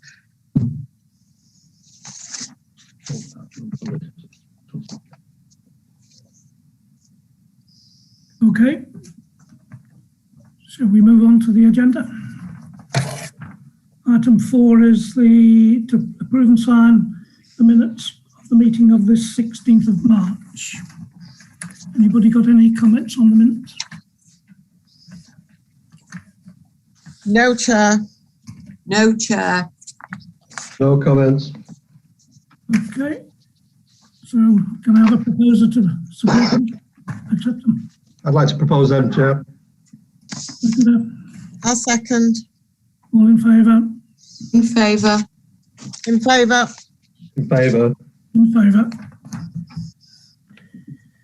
All right. Approve and sign the order of payments, payment of accounts.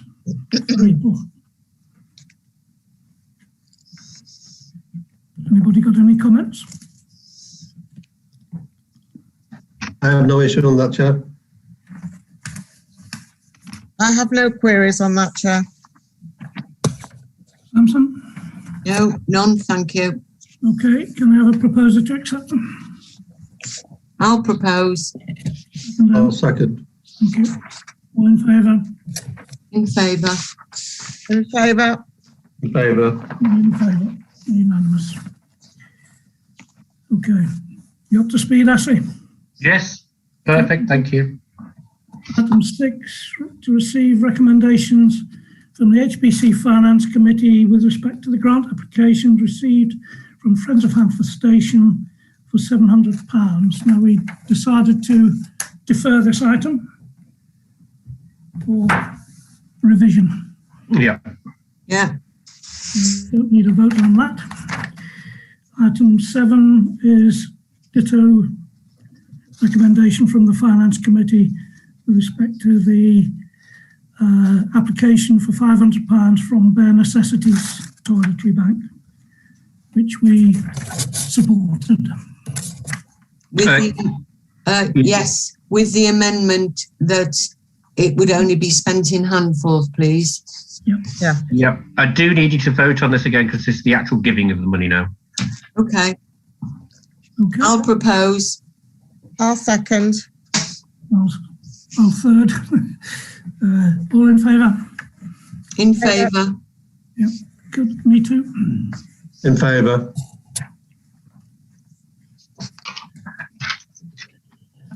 Okay. Item, where are we? Item 8, to discuss Cheshire East Governance Review, which seeks to merge Handforth Parish Council with Wilmslow Town Council, following on from Handforth Parish Council motion 21087 and the result of the Cheshire East Constitution Committee meeting held on the 6th of April.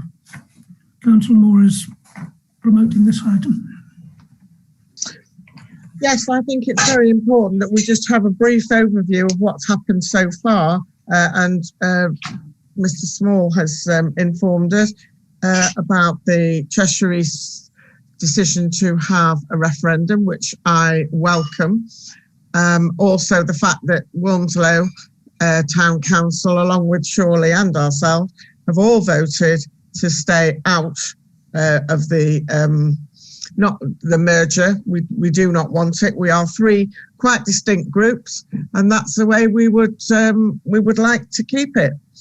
I concur with what Alan said earlier on.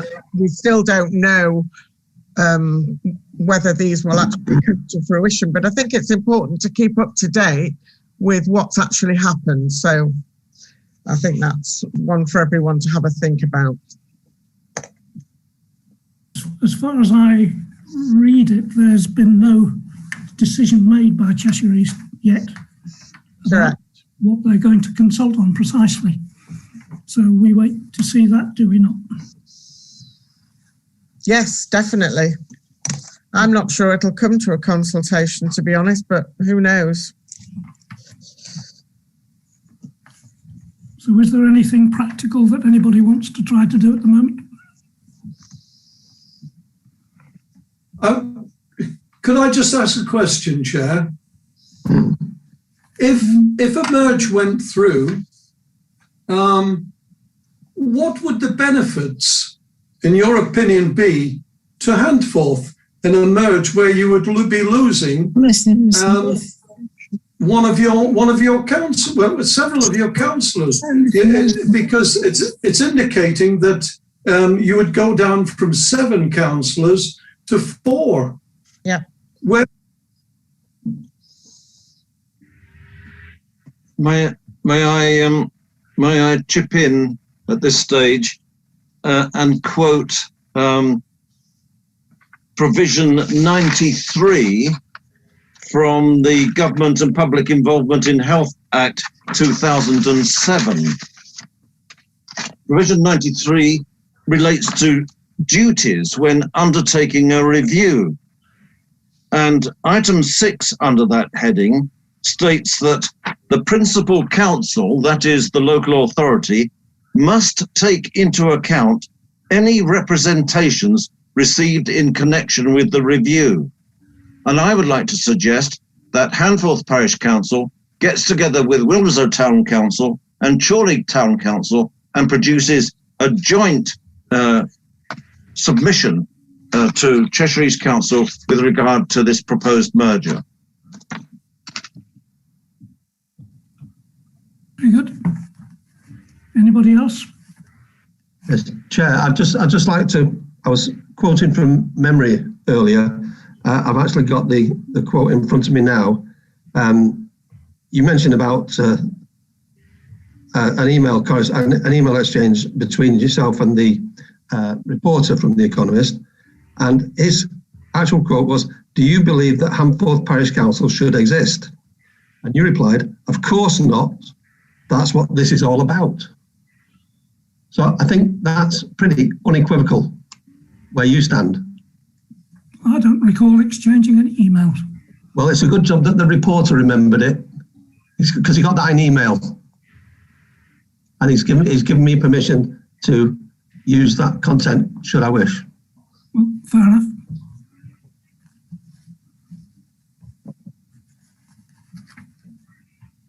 So will you be carrying on as chair, Councillor Tolver, as someone who doesn't believe that the parish council should exist? Does that mean that your role is invalid?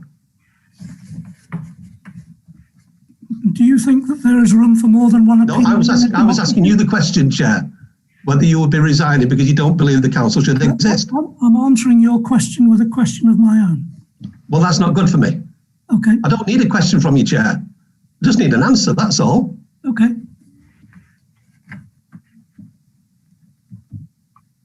And it's quite a straightforward question. Would you like me to repeat it? Repeat it as much as you like. But you're not going to answer? Only if you allow me to answer in the way that I choose. Okay, please go ahead. Let's see if we can make sense of it.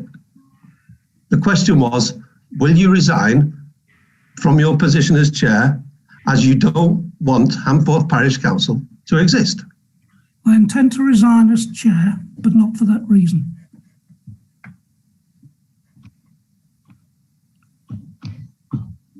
When will that be, Chair? At the end of this meeting. thank you for your frank and forthright answer. I appreciate it. It's about the first time you ever have. I say what I see, Councillor, and having seen what you just said, I can show my appreciation. There's just one comment, Chair, I'd like to make. I'm totally against merging with Wilmslow. I feel that Handforth is a community in its own right.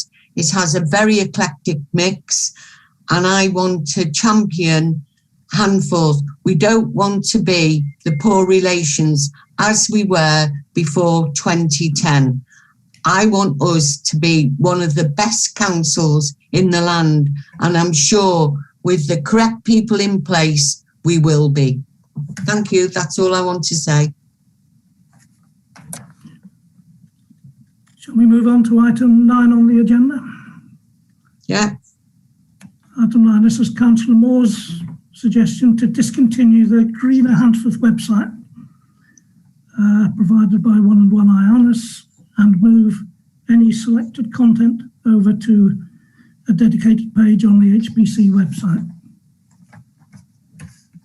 Okay, yes, I proposed this because we're paying for a website that currently when you go on it gives up a warning to say there's a problem. I do not know what the problem is, but my Norton doesn't like it.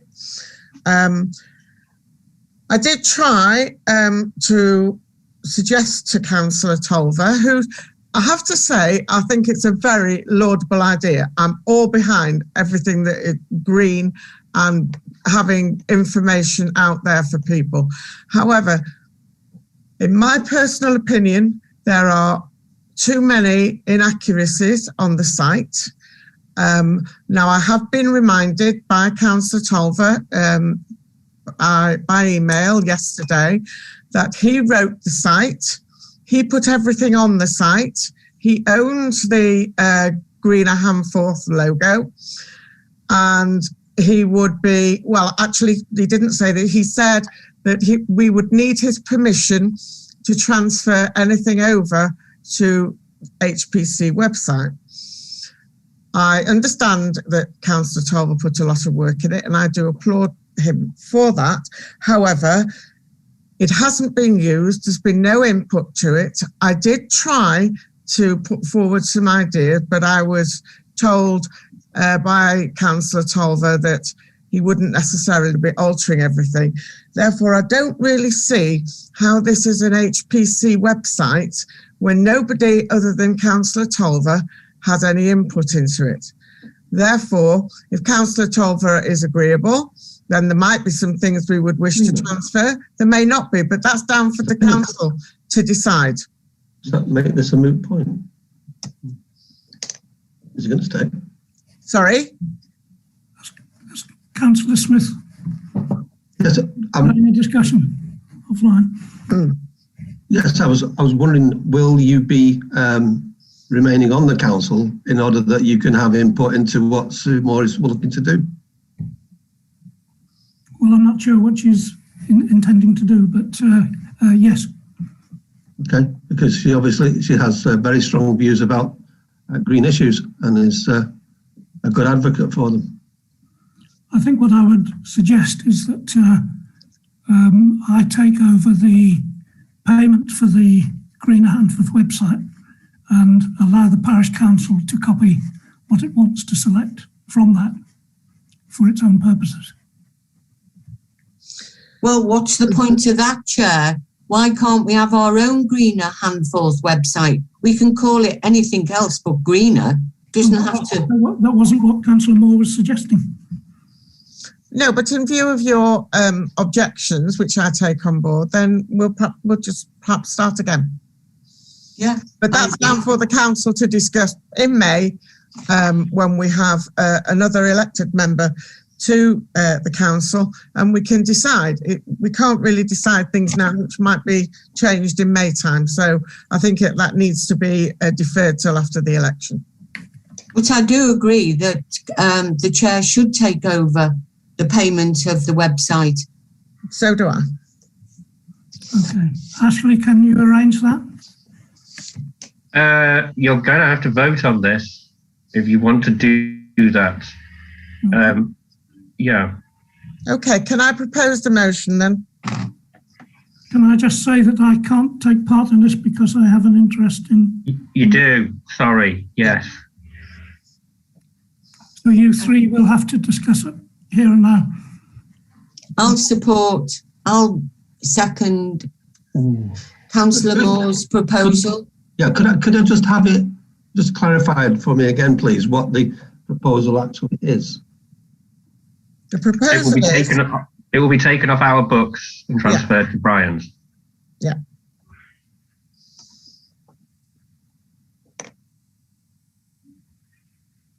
Well, if both councillors are in favour of it, then I'll go along with it.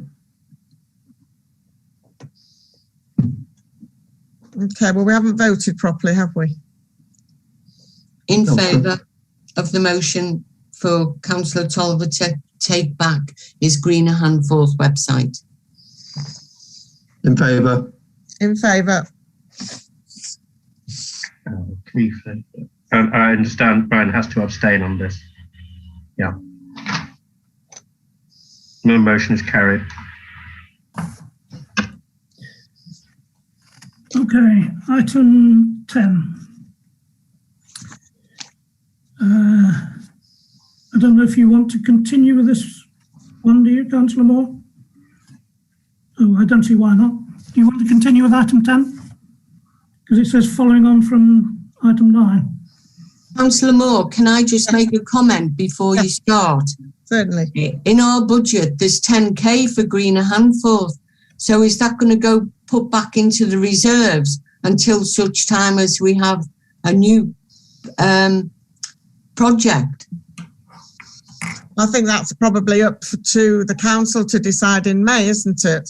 Well, no, because we're giving the Greener Handforth website back to the chair. So why do we need 10k in a Greener Handforth budget? I don't think there's any particular connection. Well, they did because you approved it. Isn't £10,000 for the Greener Handforth website?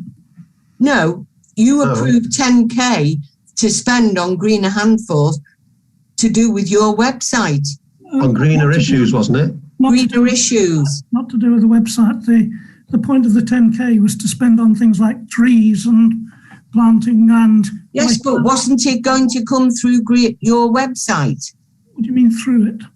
Well, when people being asked to apply, if they wanted to volunteer or if they wanted some money spent, they'd come through the Greener Handforth website and then it would be brought back to the council. The Greener Handforth website was purely for campaigning and for telling people about things. It wasn't related to the money particularly.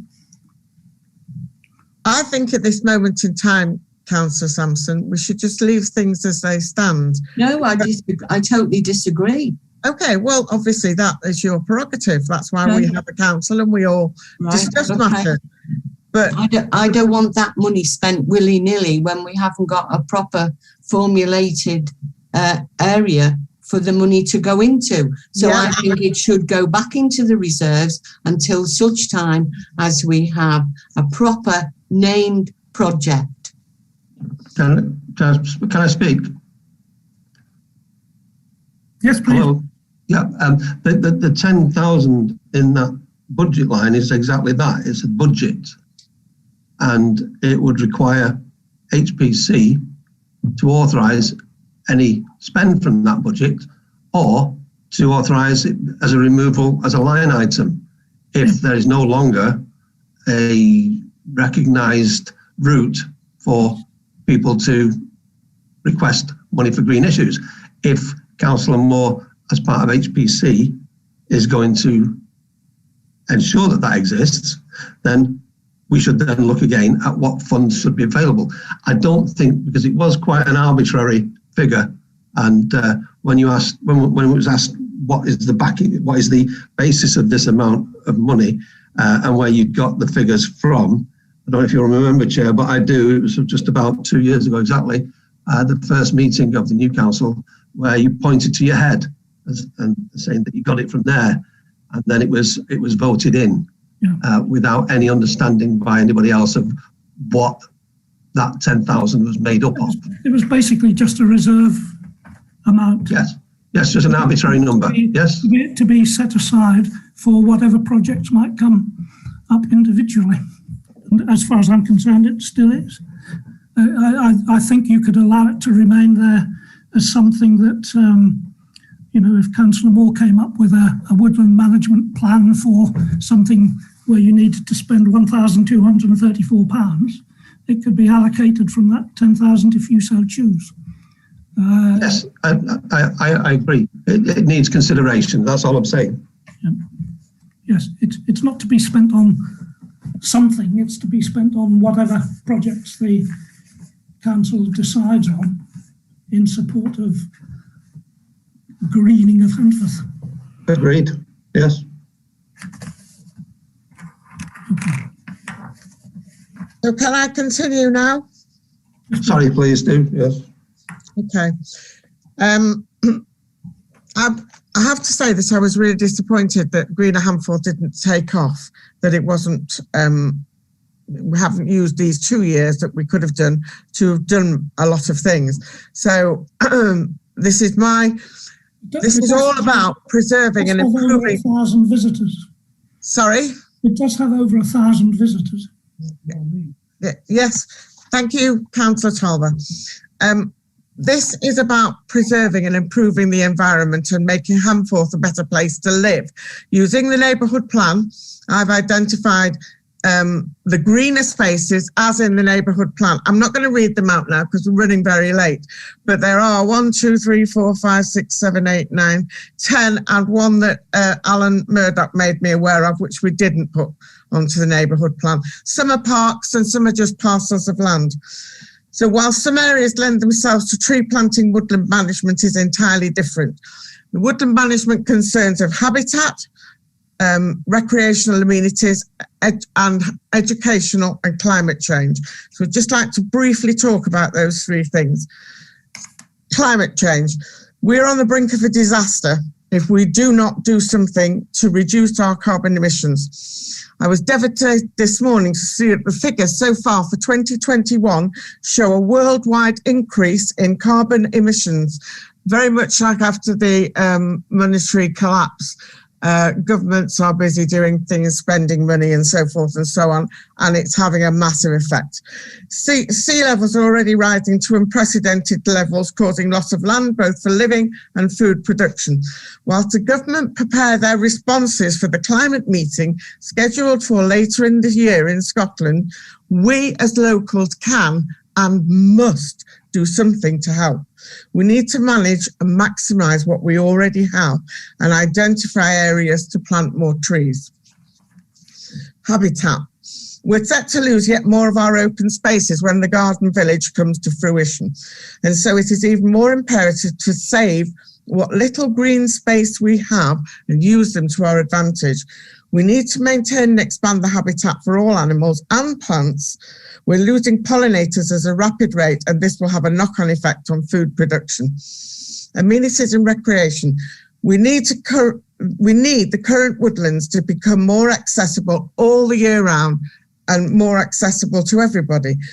During the pandemic, lockdown walking has become more popular, so we should encourage it and provide more areas where people can walk.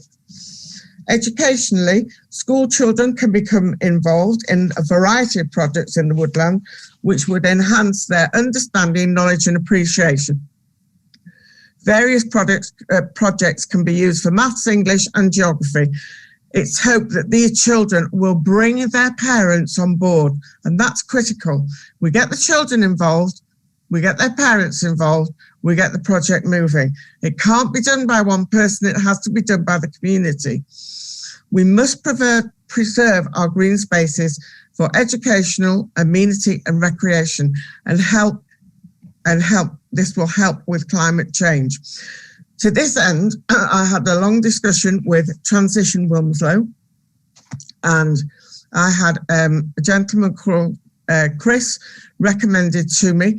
Chris has worked for a very long time with the National Trust on woodland projects, and I've had an initial discussion with him, and he's given me some idea of the kind of things he can advise us on.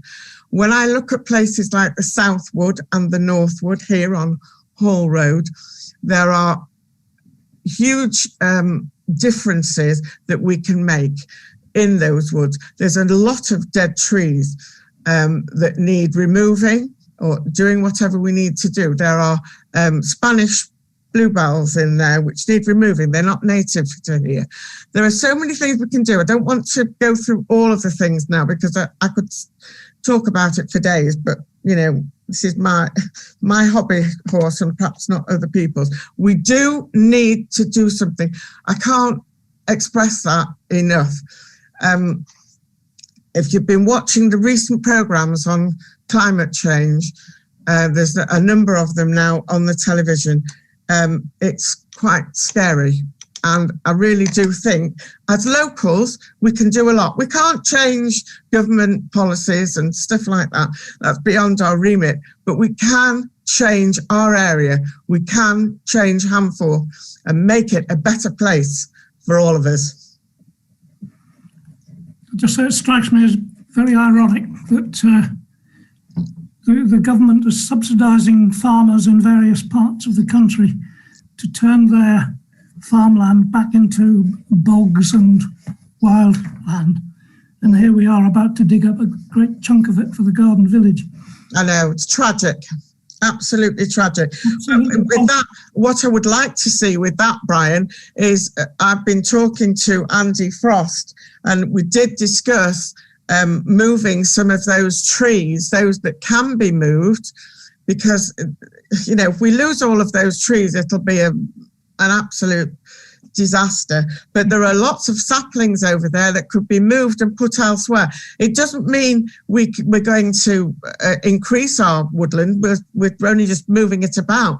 But if you average out the figures that people like the Woodland Trust, the National Trust, Climate Change Committee, we have to plant 1 tree per person per year.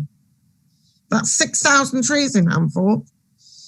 Look at what the Wilmslow Woodland Group are doing, and they've been working with the National Trust, and they've planted thousands upon thousands of trees, and they're designing a new woodland. It can be done, but we need people to come along and help. We need people to come with their ideas and their brains and their brawn, and we can do it. We can do it. I'm doing this for my 3.5-year-old grandson. I won't be here in 2050 when we're all knee deep in water, but I'm sure will try to do as much as I possibly can while I am here. So I would urge you to support the motion. Thank you, Sue.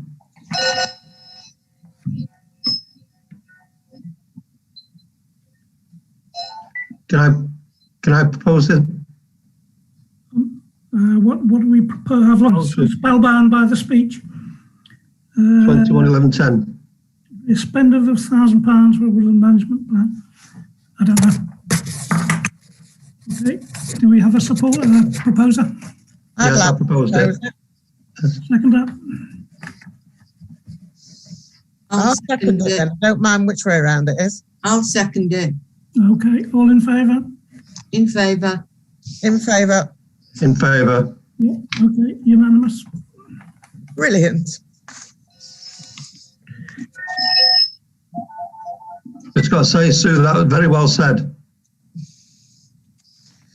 Thank you. 11, a 15-minute discussion for items not on the agenda. I presume this is under Councillor Moore's name, but I presume this is for members of the public. Well, yes, and I know that the meeting's gone on a lot longer than we thought, but I do think it's very important that members of the public have a say in not only things that are on the agenda, but to talk about other issues that they might want to bring up. We won't necessarily have an answer for them, but we can go away and come up with some answers. But I think it's important that people have the opportunity to make comment. Okay, so members of the public, any suggestions, proposals? Oh, hello. There's a few hands up. Hello. See the second one. Hello. Ashley? Yeah, hello. Oh, that's an impressive microphone. You have your hand up. Hello. Thank you, Brian. Christopher Nicholas here. I'm just wondering, with regards to the rumours to the new spa opening on Church Lane. Sorry, could you say that again? The very well-known convenience store, Spa, I heard is opening on Church Lane. All right. There's no Church Lane in Handforth.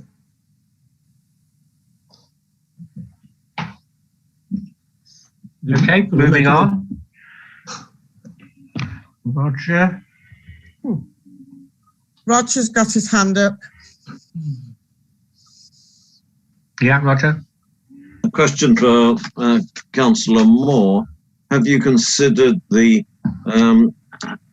local green space immediately behind Handforth Hall? At the moment, very little tree planting on it. It's owned by the Wadsworth Trust. I wondered whether it might be a good idea to approach the Wadsworth Trust for permission to plant trees on their land.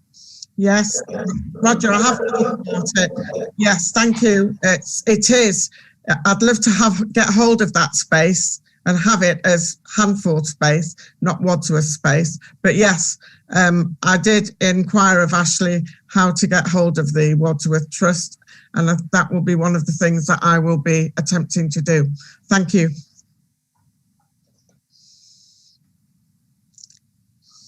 Jordan Hector has his, sorry, my voice is going, has his hand up, Ashley. Oh. Here we go. Hi, yes, thank you. Councillor Tolver didn't answer part of my question before, so I'm just going to answer it again. Will you support the council's position on pro-independence? Given all the answers I'm going to give about this matter.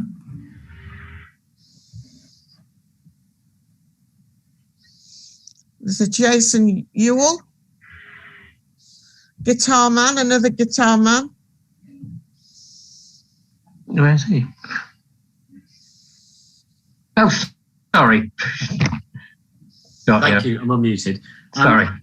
That's all right. No problem. You'll see nationally the news of this European Super League in football. I was wondering, would the council be making representations to Manchester United, given that 80% nationally, 80% of football fans are against it, and the City and the United clubs do mean a lot to local people? I think it's pretty much beyond the remit of the parish council. Yeah, right. So. Okay. Nothing. I'd like to be able to have an effect on it. I'll say that for sure. Yeah, I'd love to. In what way could what's the forum to progress this then at local level, if any? Write to your MP. Okay. Yeah, probably the best way. Or the local press. Yeah. There was a lot on the news about it tonight. I think it's progressing apace. Yeah, I think, City looked like they might have withdrawn, but United and others. All right. The mighty voice of Handforth Parish Council probably doesn't count for much amongst the councils of the moneyed mighty. Okay, we'll close that item then and go on to number 12 to discuss the update from MHCLG, and noting that virtual meetings will no longer be lawful from May the 17th. To confirm the date and time of the next meeting. Ashley, what does the ruling actually say? Yeah, we're not allowed to continue with virtual meetings after May 17th. It'll be the Friday before, sorry. 16th, 14th, May the 14th, something like that. You're not allowed to continue with virtual meetings. And what do we know about the preparedness of the youth centre? We know that the youth centre is prepared, ready to reopen. I've spoken to the caretaker. Yes, we are allowed back there. Will they be swabbing it down every time we use it or whatever? Yes, they'll have to. Will they be charging for it? Do we know? No, we have our new lease agreement gives us use of the hall when we need it for our parish council meetings. Okay, good. So you'll be moving back into the office, presumably? Yes, yeah. What's the other thing? And of course, we'll have to hold our next meeting effectively on May the 18th as an annual meeting. Why on the 18th? If a new councillor is elected on May the 6th, they effectively become a councillor on May the 10th. I would then have to issue them with an agenda, etc., etc. In good time for the... It have to be the 18th or later? Or later, yes, that's a point, yeah. Up until the 26th is the last opportunity. Okay. Is it possible, if we have to meet in person, is it possible to have the facility for residents to watch the meeting or still? We have to provide facility to live stream it as we do now. So we can continue with people coming in on Zoom? What I'll have to do, and this is going to be strange, I will effectively have the council as one participant on Zoom being live streamed. That's the only way I can do it. Right. But at least everybody gets to see what's happening in a meeting. Mm-hmm. That's the government guidelines. So as one, what do you mean as one participant? You will all be on video, basically, on this laptop, on Zoom, live streamed. You mean we'll be all be on a single screen? Effectively, yes. Yeah. That's the only economical way I can think of doing it, without buying high-tech equipment and hundreds of mics and God knows what else. Does that mean that people would be able to ask questions of us or not? Or would it have to be? I mean, what we could do is technically have a small Zoom meeting that I'm in charge of, if you see what I mean, so that people might be able to do that. But it gets very complicated whilst I'm trying to note down what the council's saying and trying to look at 100 Zoom participants. Right, right. Yeah. It's worth trying it. I'm just concerned. I know that Zoom meetings aren't ideal, but for a lot of residents, people with children and the like, or older folk that don't want to come out at night or whatever, the Zoom bit is a lifeline to them. They want to watch it. They want to see what's going on. They want to take part. Yes. I mean, look, I think we'll have to try and semi-Zoom it. Okay. Yeah. How many have we got on YouTube tonight? I have no idea. 80, I think, actually. Is that it? Right. 80 then, according to John. Let me have a look now. And just on one point on that, actually, about you having to try and look in two directions at once. Oh yeah, 175. Yeah. On your the issue that you have, obviously trying to look at everyone, all the participants, and take notes. Given that we've got the recording of the meeting. Yes, theoretically, I can go back to it and be able to pick up on anything that I missed. Yeah. Yeah. And is there any value in a discussion, or if we had one already, with the webmaster, because there's going to be others in this boat, aren't there? Yeah, yeah. I'm sure he'll be able to contribute. Yeah, definitely. Thank you. Can I just make a comment? There was somebody had his hand up for a very long time, and when we dropped out, he dropped his hand. Is it possible for him to just have his question? Who? It's the name is the second hand, the guy wearing orange top. Oh yeah, there you go. Good evening, everyone. Thank you very much for the opportunity to speak.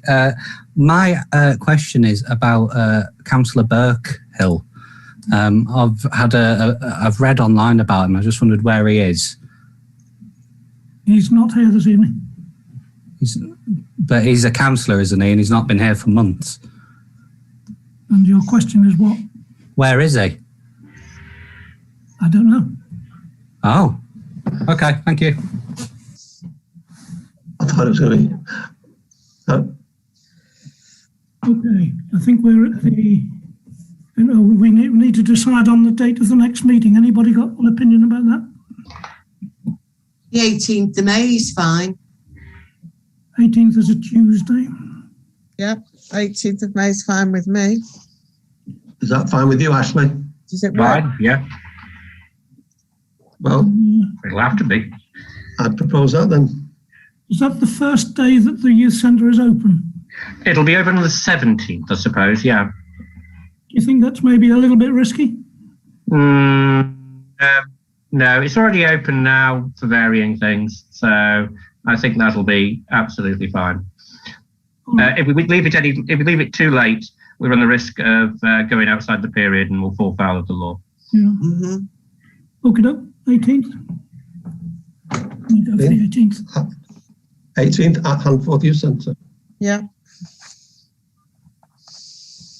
Good. Okay. Close of meeting. And as I said, I'm intending to resign as chairman of the council. I'll take Ashley's view on whether it's administratively convenient for that to happen immediately, or whether you need my signature, as it were, available for a few days. I think you'd better just put it in writing on an email or something along those lines. You might need to sign the odd thing. Off the top of my head, I can't think at the moment. And for calling extraordinary meetings is the other possible thing. If anything urgent came up. Oh yes. Two councillors could. Oh my God! I mean, that is a bit of an administrative strange one. Two councillors can call it. I can call it as well if needs be. Yeah. You can only call it by asking the chairman. Yes, I can. Yeah. Well, we haven't got a chairman after tonight. Well, that's what I'm saying. Maybe I need to pause my actual resignation for a little bit until the admin can be sorted out. Unless we ask the vice chair to take over. Yeah, The thing is, nobody can get a response for him. I don't think that's very likely. Can Ashley look into it tomorrow? Find out. I've seen this happen in a few other councils, and I'll have to find out what the procedure is. Yeah. And it can be circulated by email, can't it? And it can. It can indeed. Yeah. And Ashley, can you find out if Councillor Bruton will be willing to step in as chair? I can email him. Yes. Thank you. Right. I'll declare it as an intent rather than an actual fact for the moment.